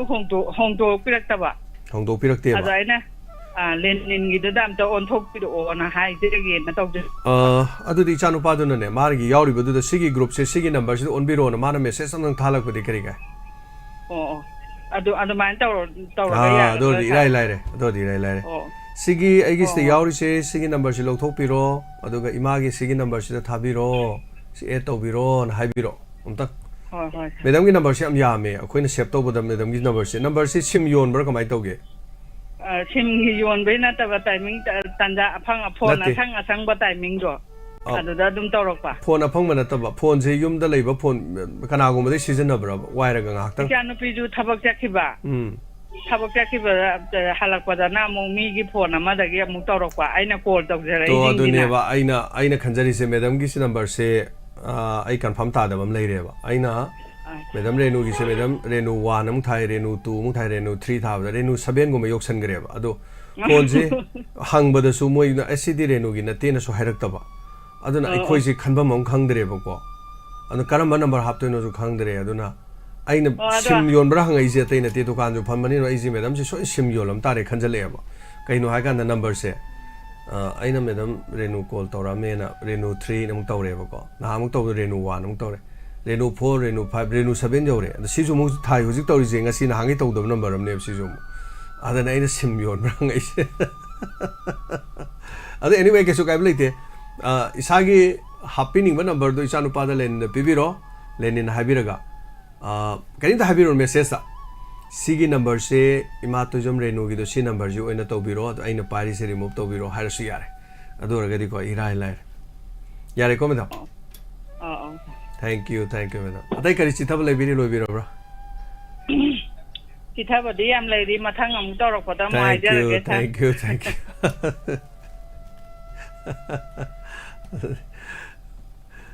ꯌꯥꯝꯅꯀꯣ ꯑꯩ ꯊꯕꯛꯁꯦ ꯌꯥꯝ ꯆꯤꯜꯂꯤꯉꯩ ꯊꯕꯛ ꯍꯥꯏꯁꯦ ꯌꯥꯝꯅ ꯑꯩꯅ ꯊꯕꯛꯁꯦ ꯌꯥꯝ ꯆꯤꯜꯂꯦꯕꯀꯣ ꯊꯕꯛ ꯌꯥꯝ ꯆꯤꯜꯂꯤꯉꯩꯁꯤꯗ ꯐꯣꯟꯁꯦ ꯇꯛꯀ ꯇꯧꯕ ꯌꯥꯝ ꯂꯨꯕ ꯌꯥꯎꯕ ꯐꯣꯟꯁꯦ ꯇꯛ ꯇꯧꯔꯛꯄꯗ ꯑꯩꯅ ꯐꯣꯟꯁꯦ ꯇꯧꯔꯛꯑꯦꯅ ꯍꯥꯏꯔꯤꯉꯩ ꯄꯥꯏꯕꯁꯦ ꯁꯤ ꯄꯥꯏꯔꯨꯔꯗꯤ ꯃꯤꯅꯤꯠ 5-10 ꯋꯥꯔꯤ ꯁꯥꯟꯅꯗ ꯑꯩ ꯁꯣꯝꯒꯤ ꯊꯕꯛ ꯑꯃ ꯇꯧꯔꯤꯗꯣ ꯀꯥꯏꯗꯧꯔꯕ ꯑꯗꯨ ꯀꯥꯏꯗꯣꯔꯦꯅ ꯑꯩꯅ ꯁꯤ ꯉꯥꯏꯍꯥꯛ ꯂꯩꯔꯒ ꯄꯥꯏꯔꯒꯦꯅ ꯁꯨꯃꯥꯏꯅ ꯇꯧꯔꯒ ꯑꯃꯨꯛ ꯂꯩꯕꯁꯦ ꯑꯩꯅ ꯊꯛ ꯑꯃꯨꯛ ꯇꯧꯔꯨꯕꯗꯩꯗꯤ ꯐꯣꯟꯁꯦ ꯑꯃꯨꯛ ꯄꯥꯎ ꯐꯥꯎꯅꯈꯤꯗ꯭ꯔꯕ ꯗꯦꯟ ꯅꯨꯃꯤꯠ 4-5 ꯂꯩꯔꯀꯥꯟꯗ ꯑꯃꯨꯛ ꯀꯣꯜ ꯕꯦꯛ ꯇꯧꯔꯦ ꯁꯥꯔ ꯅꯍꯥꯟ ꯑꯦꯗꯚꯔꯇꯤꯁꯃꯦꯟ ꯑꯃꯈꯛ ꯇꯧꯒꯦꯅ ꯀꯣꯜ ꯇꯧꯖꯔꯝꯕꯅꯤ ꯑꯗꯨ ꯁꯥꯔ ꯐꯣꯟ ꯄꯥꯏꯕꯤꯔꯛꯇꯕꯗꯨꯗ ꯑꯇꯣꯞꯄ ꯆꯦꯅꯦꯜꯗ ꯑꯣꯏꯅ ꯇꯧꯈ꯭ꯔꯦ ꯍꯥꯏꯅ ꯑꯩꯉꯣꯟꯗ ꯌꯥꯝ ꯃꯥꯡꯖꯗ꯭ꯔꯅꯦ ꯑꯗꯨꯗꯤ ꯁꯤꯁꯨ ꯃꯥꯡꯖꯕ ꯑꯃꯅꯦꯕ ꯑꯩꯅ ꯍꯥꯏ ꯀꯣꯜ ꯑꯃ ꯄꯥꯏꯍꯧꯗꯕꯅꯦꯅ ꯑꯗꯩꯗꯤ ꯍꯦꯁꯅ ꯊꯕꯛꯇꯣ ꯆꯦꯜꯂꯀꯥꯟꯗ ꯀꯣꯜ ꯑꯃꯊꯛ ꯂꯥꯛꯑꯦ ꯃꯦꯕꯤ ꯑꯩꯈꯣꯏꯁꯨ ꯇꯧꯔꯤꯕꯅꯤꯅ ꯑꯩꯈꯣꯏ ꯁꯤꯗ ꯂꯩꯁꯤ ꯀꯩꯒꯨꯝꯕ ꯈꯔꯗꯤ ꯁ꯭ꯂꯥꯞ ꯅꯨꯡꯒꯤ ꯀꯔꯤꯒꯤ ꯃꯩꯒꯤ ꯏꯂꯦꯛꯇ꯭ꯔꯤꯛ ꯕꯤꯜ ꯅꯦꯠꯀꯤ ꯕꯤल ꯊꯥ ꯑꯃꯗ $1.5 ꯃꯌꯥꯗꯤ ꯑꯗꯨꯝ ꯍꯤꯁꯥꯞ ꯑꯗꯨꯝ ꯆꯠ ꯂꯩꯔꯤꯅꯦꯕ ꯑꯗꯨ ꯉꯁꯥꯏ ꯄꯩꯁꯥ ꯃꯌꯥꯝꯗꯨ ꯂꯥꯛꯇ꯭ꯔꯒꯗꯤ ꯄꯣꯀꯦꯠꯇꯩ ꯆꯠꯇꯣꯏꯅꯤꯗꯅ ꯌꯥꯝꯈ꯭ꯔꯕ ꯄꯩꯁꯥꯅꯦ ꯍꯥꯏꯖꯔꯤꯕ ꯂꯨꯄꯥ ꯑꯃ ꯇꯥꯟꯕꯁꯨ ꯑꯗꯨꯝ ꯋꯥꯔꯤꯕꯅꯤꯗꯅ ꯑꯗꯨꯅ ꯁꯤꯃꯗꯤ ꯍꯔꯧꯕ ꯑꯃ ꯑꯣꯏꯔ ꯃꯥꯜꯂꯦꯅ ꯐꯣꯟꯁꯦ ꯊꯛ ꯇꯧꯔꯒ ꯍꯜꯂꯣ ꯐꯣꯟ ꯇꯧꯕꯤꯔꯝꯕ ꯃꯥꯜꯂꯦꯅ ꯐꯠ ꯇꯧꯕ ꯀꯔꯤ ꯂꯝꯅꯣ ꯇꯧꯗꯦꯍꯦ ꯈꯪꯗꯦꯍꯦ ꯑꯉꯥꯡꯅꯒ ꯅꯝꯕ ꯑꯣꯏꯔꯝꯒꯅꯤꯒ ꯍꯥꯏꯔꯛꯄꯁꯨ ꯌꯥꯎꯋꯦ ꯌꯥꯝꯅ ꯑꯗꯨꯝ ꯁꯨꯃꯥꯏꯅ ꯇꯧꯔꯨꯕ ꯑꯗꯒꯤ ꯅꯝꯗꯦ ꯇꯧꯗꯦ ꯁꯤ ꯀꯩ ꯂꯝꯅꯣꯒ ꯇꯧꯕꯁꯨ ꯑꯗꯨꯝ ꯌꯥꯎꯋꯦ ꯐꯣꯟ ꯍꯥꯏꯔꯦꯗꯅ ꯐꯣꯟ ꯍꯥꯏꯁꯤꯅ ꯁꯤꯅꯤ ꯇꯧꯔꯝꯃꯤꯗꯨꯒꯤ ꯃꯔꯝ ꯄꯔꯄꯁ ꯍꯥꯏꯇꯥꯔꯦꯀꯣ ꯑꯗꯨꯅ ꯍꯦꯛ ꯑꯔꯨꯕ ꯑꯣꯏꯇꯥꯔꯒꯗꯤ ꯑꯩꯈꯣꯏꯒꯤ ꯊꯧꯔꯝꯁꯤꯕꯨ ꯇꯥꯕꯤꯕꯁꯤꯡꯅ ꯑꯩꯈꯣꯏꯒꯤ ꯊꯧꯔꯝꯁꯤꯗ ꯑꯦꯗ ꯑꯣꯏꯔꯣ ꯅꯠꯇ꯭ꯔꯒ ꯑꯥꯔꯖꯦꯟ ꯌꯥꯝꯅ ꯂꯨꯕ ꯑꯣꯏꯇꯥꯔꯒꯗꯤ ꯑꯩꯅ ꯐꯣꯟ ꯄꯥꯏꯔꯛꯇ꯭ꯔꯒꯁꯨ ꯄ꯭ꯂꯤꯖ ꯀꯣꯜ ꯕꯦꯛ ꯍꯥꯏꯅ ꯇꯧꯕꯤꯔꯝꯃꯣ ꯅꯠꯇ꯭ꯔꯒ ꯃꯦꯁꯦꯖꯇ ꯑꯥꯔꯖꯦꯟ ꯍꯥꯏꯕꯤꯔꯝꯃꯣ ꯕꯔꯊꯗꯦꯒꯤ ꯑꯣꯏꯔꯒꯅ ꯕꯔꯊꯗꯦꯅ ꯍꯥꯏꯕꯤꯔꯝꯃꯣ ꯑꯦꯅꯤꯊꯤꯡ ꯍꯥꯏꯇꯥꯔꯦ ꯑꯗꯨ ꯆꯨꯝꯅꯒꯤ ꯊꯧꯔꯝ ꯅꯨꯡꯉꯥꯏꯅ ꯍꯥꯏꯕꯒꯤ ꯅꯠꯇ꯭ꯔꯒ ꯏꯆꯝ ꯆꯝꯕ ꯋꯥꯐꯝ ꯑꯃ ꯍꯥꯏꯕꯒꯤꯗꯨ ꯑꯣꯏꯔꯗꯤ ꯃꯦꯁꯦꯖ ꯇꯧꯗꯁꯨ ꯌꯥꯔꯦ ꯑꯗꯨꯝ ꯀꯣꯟꯅ ꯐꯥꯎꯅꯕ ꯌꯥꯕ ꯉꯥꯛꯇꯅꯤ ꯍꯥꯏꯇꯥꯔꯦ ꯊꯦꯡꯛ ꯌꯨ ꯊꯥꯒꯠꯆꯔꯤ ꯍꯟꯅ ꯀꯣꯜ ꯂꯥꯛꯇꯦ ꯑꯗꯨꯅ ꯃꯤꯅꯤꯠ 10 ꯂꯩꯖꯔꯤ ꯃꯤꯅꯤꯠ 10 ꯂꯧꯈꯠꯆꯒꯦ ꯑꯗꯨꯅ ꯍꯧꯖꯤꯛꯁꯨ ꯑꯆꯨꯝꯕꯅꯤ ꯆꯟꯅꯦ ꯂꯥꯡꯃ ꯍꯧꯖꯤꯛꯀꯤꯁꯤꯅ BOC ꯕꯦꯊꯤ ꯁꯣꯂꯣ ꯍꯥꯏ ꯍꯧꯖꯤꯛ ꯀꯣꯜ ꯇꯧꯔꯝꯃꯤꯗꯣ BOC ꯕꯦꯊꯤ ꯁꯣꯂꯣ ꯍꯥꯏ ꯐꯣꯟ ꯇꯧꯔꯝꯃꯤꯗꯣ ꯑꯗꯨꯅ ꯐꯣꯟꯁꯦ ꯑꯩꯅ ꯀꯔꯝꯍꯥꯏꯅ ꯇꯧꯔꯤꯖꯥꯠꯅꯣ ꯈꯜꯂꯤꯁꯦ ꯃꯤꯅꯤꯠ 10 ꯈꯛꯇꯪ ꯉꯥꯏꯔꯦ ꯃꯤꯅꯤꯠ 10ꯁꯤ ꯃꯇꯨꯡꯗ ꯑꯃꯨꯛ ꯑꯇꯣꯞꯄ ꯂꯥꯏꯚ ꯄ꯭ꯔꯣꯒ꯭ꯔꯥꯝ ꯑꯃ ꯃꯌꯥꯝꯒꯤꯗꯃꯛ ꯂꯩꯖꯔꯦ ꯍꯜꯂꯣ ꯍꯜꯂꯣ ꯍꯜꯂꯣ ꯑꯧ ꯇꯔꯥꯝ ꯅꯣꯛꯆꯔꯤ ꯇꯥꯕꯤꯔꯕ꯭ꯔꯣ Taramoksari Masumati, Taramoksari Tapio, Hero Tagi.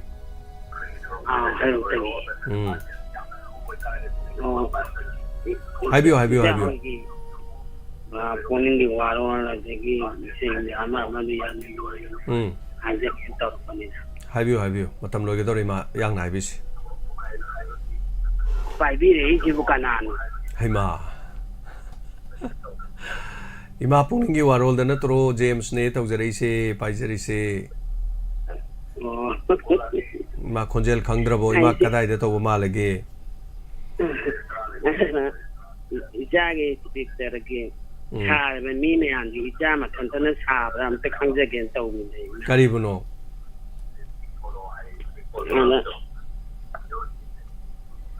Ijana Sari, my auntie. Hoy, Aina Sari, my amse, Aina Sari, my amse, Aina Sazavan, Ima Mandrabo. Yam Haiva. Matango, the letter be there, Canada over there. I am the Kangin. Kanate over the day, I think do the Tandani, Tozarido, Kanabo Yaudima. I don't know. I speak that the idea no with our homeland, they couldn't die. I more Danke more, the Baro Makai here, I don't like. Low in a man that day. And it's an Santo, but have a codemon in white. Mugi Karegi, Kari, Nangi Pote, Pusalapagi, Kanu. Well, you Pote Pusalapagi, Nagana Pusala and High. Tabibra. Tazema, Ima was a Haningum, Haningum Tawida, Tadra, Kangini, Mase.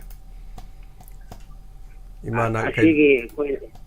Tumahara, Tare, Moina, Quigi, the Muta, the water, Mona Pusalaiba, Colaiba, Lizagi, Nui, Ijagi, Taba,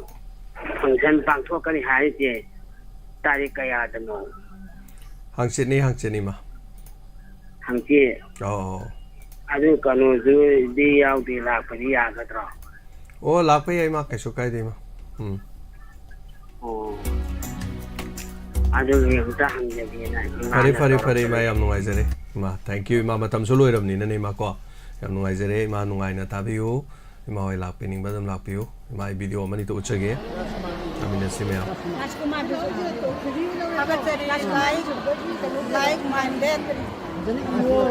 Like-minded group Manipur Danagar for complex Ladiba Mayam School Siduna Ayuka Sukiara Kana Sendiagi Mateo Pambira Makam Sigaliba like-minded group Manipur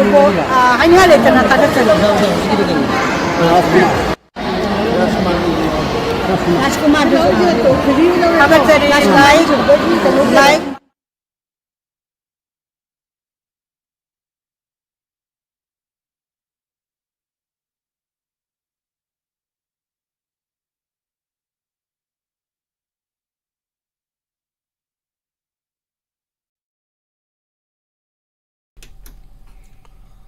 Like-minded group ki LMG ki kongshat haitare masideda hoigi jiri bangi tonga ba relief camp tareta madi chin ko ke narco terrorist singi mayum makai tum mai thado pikrabada lanjena duna leiriba mafamsi inmate chamapan ga mat nifugo humdoi da like-minded group na lupa sama mateng pang have awa tar ba singda smaina mateng pang bor male duga mateng pang ni basida ozau jina call to biraga yang na habira diam no idoni yam sangre ai tare thabire se punna samai lupa sama mateng pang do lupa lising mobudra mariga chahum tengbang duna inmate singya wa badu sharu ya jabani hari tonga ba relief camp mafam kya da haiba tare punna lady se relief camp di yame ozana loina panbirak padi matam na details la kre do hari sing sida loina samjun jara kanda hai tare LMG na chalaga mateng pangbiba sigi da maktadi haini haleta na thaga chari LMG na sigi mateng pangbiba gidamo hello sir kasing dagi sana tumde Hayeng sar hoigi donor group ki date kumari ki se live to video ro sa. Oh live to jagani hayeng na te hangsit ni hangsit. Hoi hoi hangsit ki do aina wari do hayeng to hai je bagin. Adi live to do akoi budi donor group tu yaw je de ba ko sa. Alo ai ngam kan da yaw ge de khalle do. Adi live to do ra da aina chimna hamjero. Oh madam adum live to we adum chai ko dingi asida live to ri sini aduk chawba thorom toro kamaina live to roi do no. Ai koina to ba thabak ta live to do bam te yaw de adu live dum to jagani ko is the studio da to ri si mangai chama nei si adum to ni. Adu indumi tu di pungningi pung tara da gi hawromina pungningi waron di le. Pungning waron le roi kamaina thorom toro ga in pungning waron pham le ya ponte. Adu ni ang le roi adu ma du chung khangja da na hangapa. Joy the Naming Tabu. Kudimaki Adum Taji, Adu Mayam Napun to position Nukijaba, Adu Numada, Paul Tauber. Thank you. Taja Bani Matang Pudimuka, Kaya, you know, I just Tab the Aduki Matin no I just Taraga, the game, Masagi, Amashi, Dushu, Ahandu, Domalegi, Wakan. Adugi ai hangje puni sa matang puni ka sa nungai bang after thawam sandu piro u aduga dum ta dari akoi shu funny am no ai si hai ga thamje ge matam du dosela mina. Thank you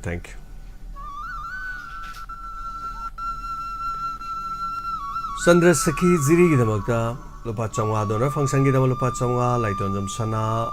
diamond gi lupa changwa modaga mani tombi ase Imam ni to bese sai ju kol to birak to lupa changwa senjare imana hama tharak pada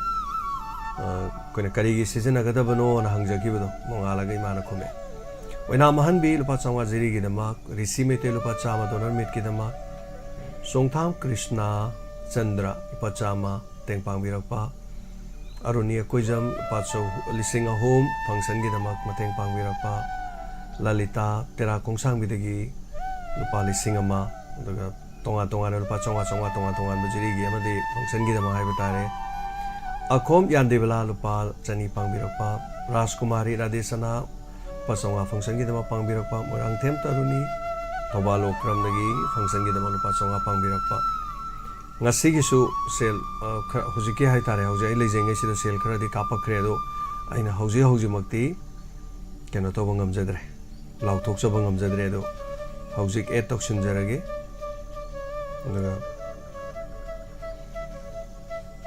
Hayengi thorom dadi lauthokpadi phrakti ta dong male do Hayengi kano da oina koi live to ina lauthok charak tare hai tare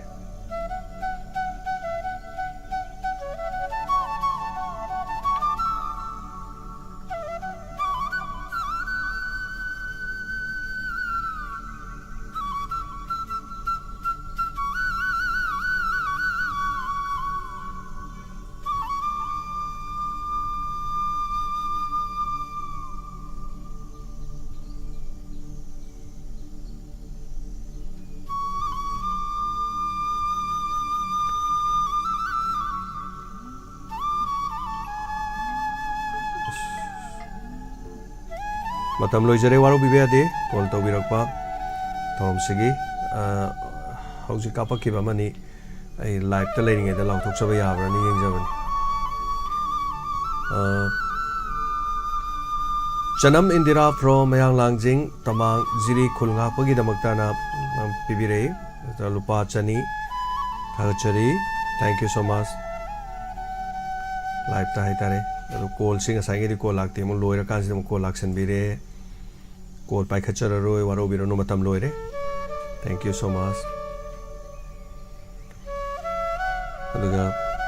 okram anandi devi thobal pakhang khong leirak tagi hai batare pakhong khong leirak lupa chama kapirak pa thank you so much thagachari aduga singjamai gi chingama kha gi kogi yanglem apun banupi lup sana khona makhong mera paibi lup ki lupali sema jiri khun la pagi thank you so much sai tar pesa je yam da bagi supi ngam da leiram ne ai tare adu lupali sing trate train pan nahan lai khibadu dagi me am 500 kun lai do sikti manga hapsala gi 10 kun manga leirani hayeng pangjaragasu yamasu yamdasu lising kuntra mani phum pangi hargadi maidu kitang pakse lupa lising mana diamond tv kita mau pibirakpa thank you so much thagachari aduga apunba koi mera paibi tim haijaba tare hanana thagachari tengmang birakpa sigidama aduga call tobire kathachare warobiroi ngasigi matamsi loiramnina haitare thank you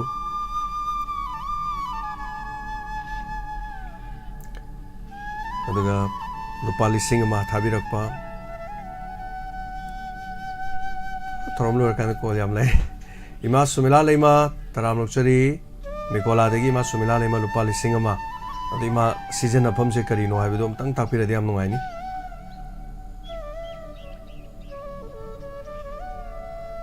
thagachari losinjage hayeng di sida lauto puning warol to roi dong ni na adugi nungai ta na tawjabani na thorom si ngasigi di matang sida sandokchaba thorom losinjare hana thagachari mayam punamangna hena mapung phanbi dang asigi thorom sida haiba tare athengda call to birak pusing packet chaba ngam dawda gi dam ngapi gani tam loirabani na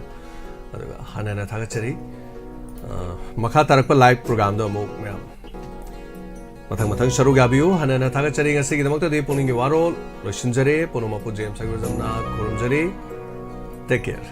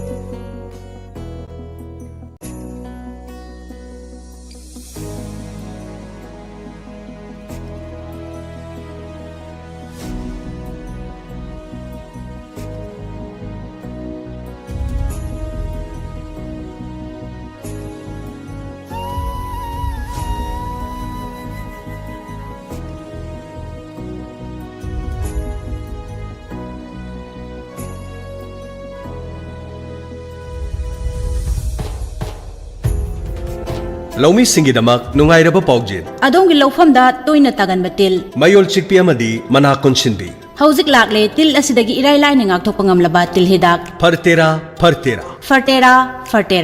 FMC gi fartera aring balofamda linkraba matung numit tara mangani dagina numit kuntrani ahun balofamdana numit kuntrani dagi numit nifu mangani fawada sangam amada fartera kg anigi changda chaithokpiu mayol chikpi amadi mana konsinbi til dagi mapung phana ngakthokduna phokphok marang kaina lokpiu fartera tilaridak yonba dukan singda fangbiragani akupa marul gi damak tanabiu panthoibi sits house khoyathong imphal fartera FMC gi fartera Wirongbom sage gi apokpa khurumba gi paujel Wirongbom sage gi ahalaman amadi imaibel iche chalamadi maruma pang khwai khibiki maphamda karigumba kharadang khanghanjari madudi Wirongbom sage gi kumsi sahi gi apokpa thongni bagi thoram lakliba tang kungani thoi tha taruk english singani kungamari inga gi tara mangani panba yaikfaraba thangja purnima numita leirang lehun tamjaragan hariba leirang lehun tamjabagi numit asida Wirongbom sage gi ahalaman imaibel iche chalamadi maruma pang khwai khibikna saruk yabirenaba nolukna ningsingjari loinana atopa yumnak sagai onkrabi sagai asigi icheichal singbusu saruk yabirenaba nolukchari thoromasi ayuk ki pung taruk tagi haujagani khanghanjariba ais labungo maitei secretary Wirongbom sagai apokpa khekman akopa marol gi dama call tobiu 9612369615 amuka hanna 9612369615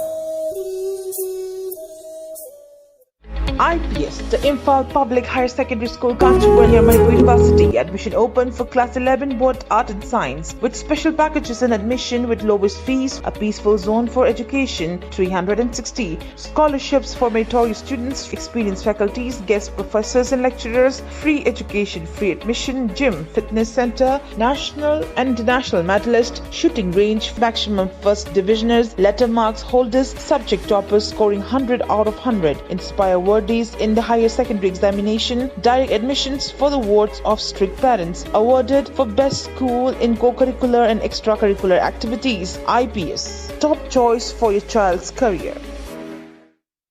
Admission open.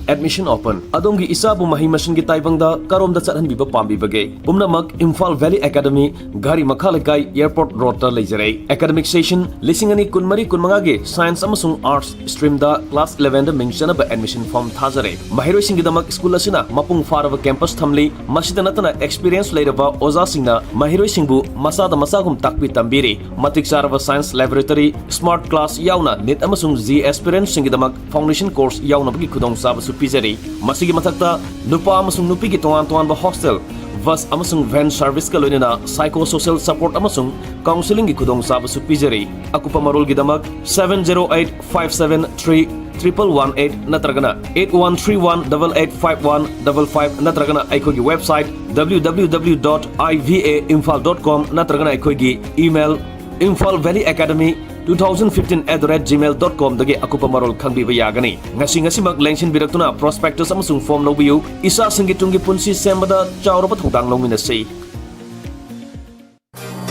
admission open at sanama thadoki badagi yumda hanjilaktre hariba sanasi hatamni loinana grabhapurabi san machuna angoba machuni haukiba jungi tangkun sanasi thadoki badagi hanjilaktaban Mangaksamda Thauri round amasu yaw. Kanagumba low in call the Changbadagi, Pajin Punshin Biduna Tambirabasu, Laisram Jugesor Singh, Wangbal Part 2 Tongzao de Leba, Mio Yasida, Pau, Bibi. Hariba Salasi Karimiko Wangbal, Hariba Mapa Asipauba, Hehek Machinjak Java, Chatpasani. Loinana, Kanaguma de Salasi Tenabirabadi, 8575 99 4768. Amukana, 8575 99 4768. Hariba number sida pau pibiu awaman soidina kachagi admission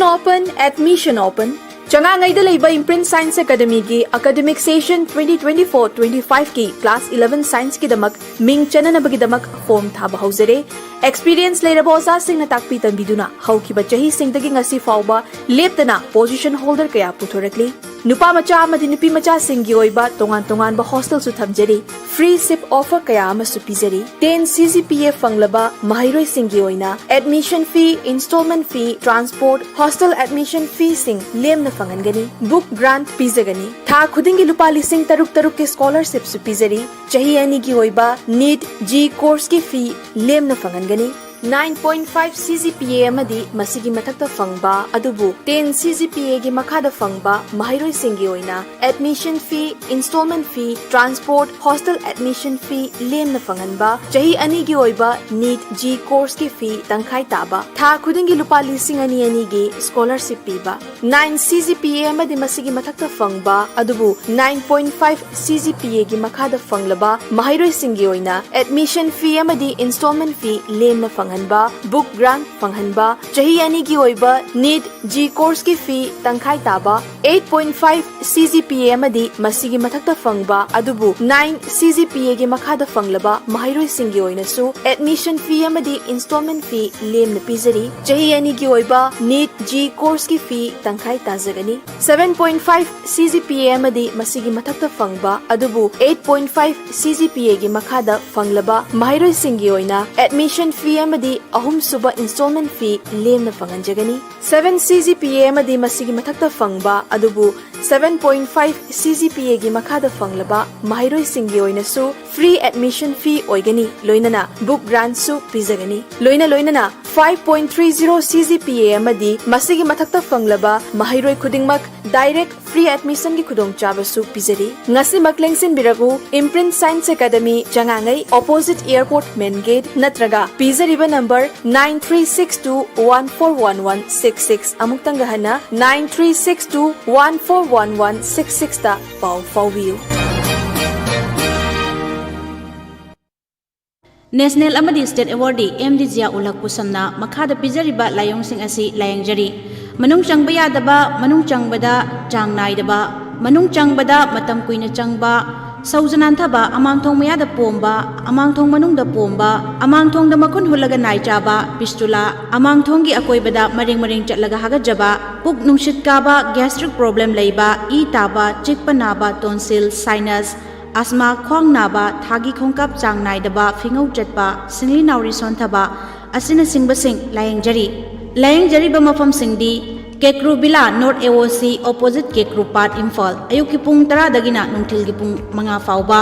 mayang Imphal Kochak Bazar da ayuki pung 6 dagi ayuki pung 9 fauba Yaripok Bamo Laikai Kabarstan Road Thangja numit amasung yumjakaisa khudingi ayuki pung 10 dagi nungthil gi pung 3 fauba Jumi Colony Old Bazar near Muslim Masjid Sisipur akupa marol gi damak contact tawbiu MD Zia Ulak Pusham 8414825323 amuktang hana 8414825323 Karigumba matamda kanagumba ozadagi khulai gi mateng lo bulak pasu yai mamagi nausumi sina themba yadraba ngangludi khulai gi mateng na themdaba yadaba matang sulak pe ho imana ne si ani je yumdagi puthokna bo honabada ne si sima laire aduga si sina kanana mu uptoino na hangaga lehoriba namong nupi gi ne na khumamba ya habaldubu ibung nachal na chachaga dariba mafam dudadi posak singsigi chana pham lairaroi ibung na miyam gi tawge khalak pathabakta posak singsigi chana pham lehenbiyo seibung nachal bu thauna pangal hapiyo laibi matam punamakta mapu mana nangidamta lepsan nakok pa husik ta boy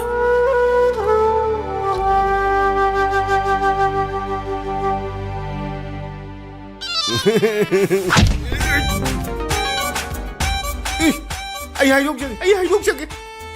mane khorai magi gi du sa ai khoina kapani taso mi gi mabung mopa singdi yamna luna nana lai taso zu khara luna nana la oyadro hey angobi yengo nangna yembada mon uriba phizol se ngarahang aigi kurasmuna suri bani taso ngasi ayuk yahorakpada sengna iruja thoklaga ngarang suba phiron singse set chaduna nangi na mangda lepleri basini ne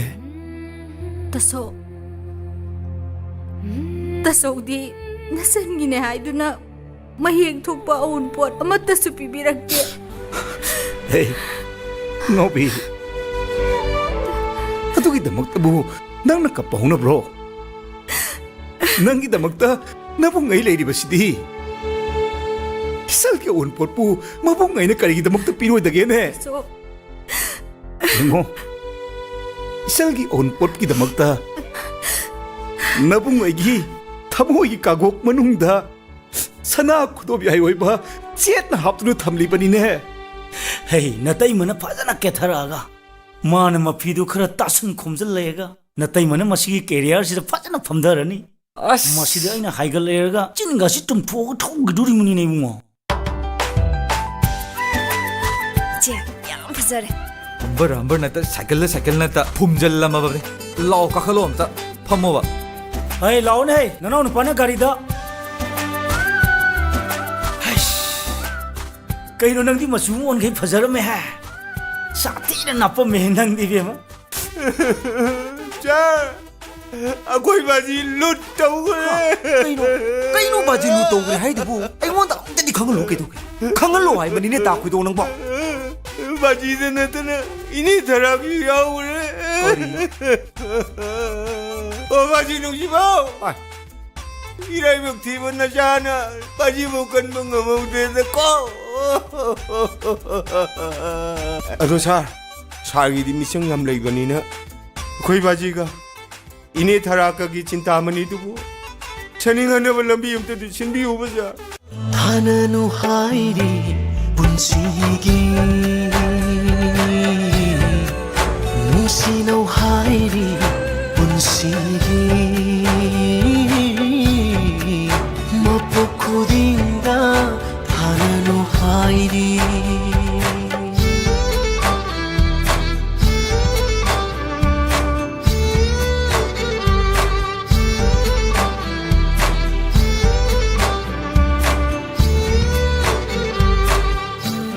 왕박이 막발라이드라바 농돌부난 너무바곰 레이디 보이닝이 낙나 농시비나 ꯂꯩꯀꯥꯏꯁꯤꯒꯤ ꯊꯧꯗꯣꯛ ꯋꯥꯊꯣꯛ ꯊꯣꯛꯄ ꯃꯇꯝꯗ ꯑꯩꯒ ꯑꯩꯕꯨ ꯆꯧꯗ꯭ꯔ ꯀꯣꯏꯇꯥꯟ ꯇꯥꯟꯅꯔꯤꯕꯅꯤ ꯇꯥꯟꯅꯗ꯭ꯔꯥ ꯍꯧꯖꯤꯛꯇꯤ ꯊꯧꯗꯣꯛ ꯑꯃ ꯊꯣꯛꯄ ꯃꯇꯝꯗ ꯑꯩꯒꯤ ꯃꯤꯡ ꯄꯟꯈꯤꯗ꯭ꯔꯦꯅꯦ ꯅꯆꯥ ꯅꯨꯄꯥ ꯊꯥꯔꯣ ꯍꯥꯏꯔꯦꯅꯦ ꯅꯣꯏ ꯖꯒꯣꯏ ꯇꯝꯐꯝꯗ ꯀ꯭ꯔꯤꯁꯅ ꯁꯥꯕꯝ ꯌꯥꯎꯋꯦ ꯍꯥꯏ ꯑꯗꯨꯅ ꯅꯪꯉꯣꯟꯗ ꯍꯦꯛ ꯂꯣꯟ ꯊꯧꯔꯝ ꯇꯧꯋꯦ ꯍꯥꯏ ꯆꯨꯝꯕ ꯀꯅꯥ ꯍꯥꯏꯕ ꯍꯧꯖꯤꯛꯀꯤ ꯃꯇꯝꯁꯤꯗ ꯅꯍꯥꯔꯣꯜꯁꯤꯡꯅ ꯅꯤꯁꯥ ꯆꯥꯁꯤꯜꯂꯒ ꯃꯇꯝ ꯃꯥꯡꯍꯟꯕꯗꯣ ꯃꯗꯨꯒꯤ ꯃꯍꯨꯠꯇ ꯅꯈꯣꯏꯅ ꯇꯧꯔꯤꯕ ꯁꯤꯟꯐꯝꯁꯦ ꯌꯥꯝ ꯐꯩ ꯌꯨꯝꯁꯤꯗꯅꯦ ꯂꯩꯁꯥꯕꯤ ꯃꯆꯥ ꯃꯁꯛ ꯐꯖꯕ ꯃꯌꯥꯝ ꯑꯃꯁꯨ ꯃꯣꯡꯉꯔꯤꯌꯦ ꯅꯆꯥꯅꯨꯄꯥꯁꯦ ꯀꯗꯣꯝ ꯊꯣꯛꯇꯣꯏꯅꯣ ꯈꯪꯗꯦ ꯀꯩꯅꯣ ꯌꯥꯝ ꯆꯥꯒꯥꯏꯅ ꯇꯧꯔꯛꯏꯁꯤꯅ ꯆꯟꯗꯣꯟꯁꯤꯗꯤꯅꯦ ꯖꯒꯣꯏ ꯇꯝꯕ ꯂꯥꯛꯄꯗꯨꯗ ꯅꯨꯡꯉꯥꯏꯇꯕꯩ ꯁꯨꯝ ꯊꯤꯜꯂꯛꯄ ꯋꯥꯅꯤ ꯗꯥꯏ ꯐꯕꯒꯤꯁꯦ ꯑꯩꯕꯨ ꯌꯥꯝ ꯊꯥꯖꯗꯕꯩ ꯋꯥꯔꯣ ꯑꯗꯨꯏ ꯅꯠꯇꯦꯗ ꯅꯣꯏ ꯖꯒꯣꯏ ꯇꯝꯕꯁꯤꯗꯤ ꯌꯥꯝ ꯅꯨꯡꯉꯥꯏꯖꯥꯅꯤꯅ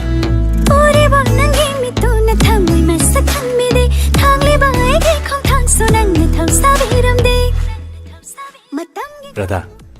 ꯅꯪꯅ ꯆꯥꯅꯤꯡꯒꯗ꯭ꯔꯥ ꯆꯥꯅꯤꯡꯉꯣꯏꯗ꯭ꯔꯗꯤ ꯈꯪꯗꯦ ꯅꯪ ꯄꯤꯖꯅꯤꯡꯗꯅ ꯁꯨꯝ ꯂꯩꯔꯛꯄꯅꯤ ꯌꯥꯅꯤꯗ ꯀꯌꯥꯝꯆꯥ ꯅꯨꯡꯁꯤ ꯃꯤꯠ ꯌꯦꯡꯂꯤꯕꯤ ꯃꯤꯠꯆꯤꯒꯤ ꯄꯥꯈꯣꯡ ꯀꯌꯥ ꯆꯜꯂꯤꯕꯤ ਓਏ 와 좀 돌아닌다 라 어이 나이제 권이니 어 너희 가이면 어때 일로 그이노 머리 사나가도 너희가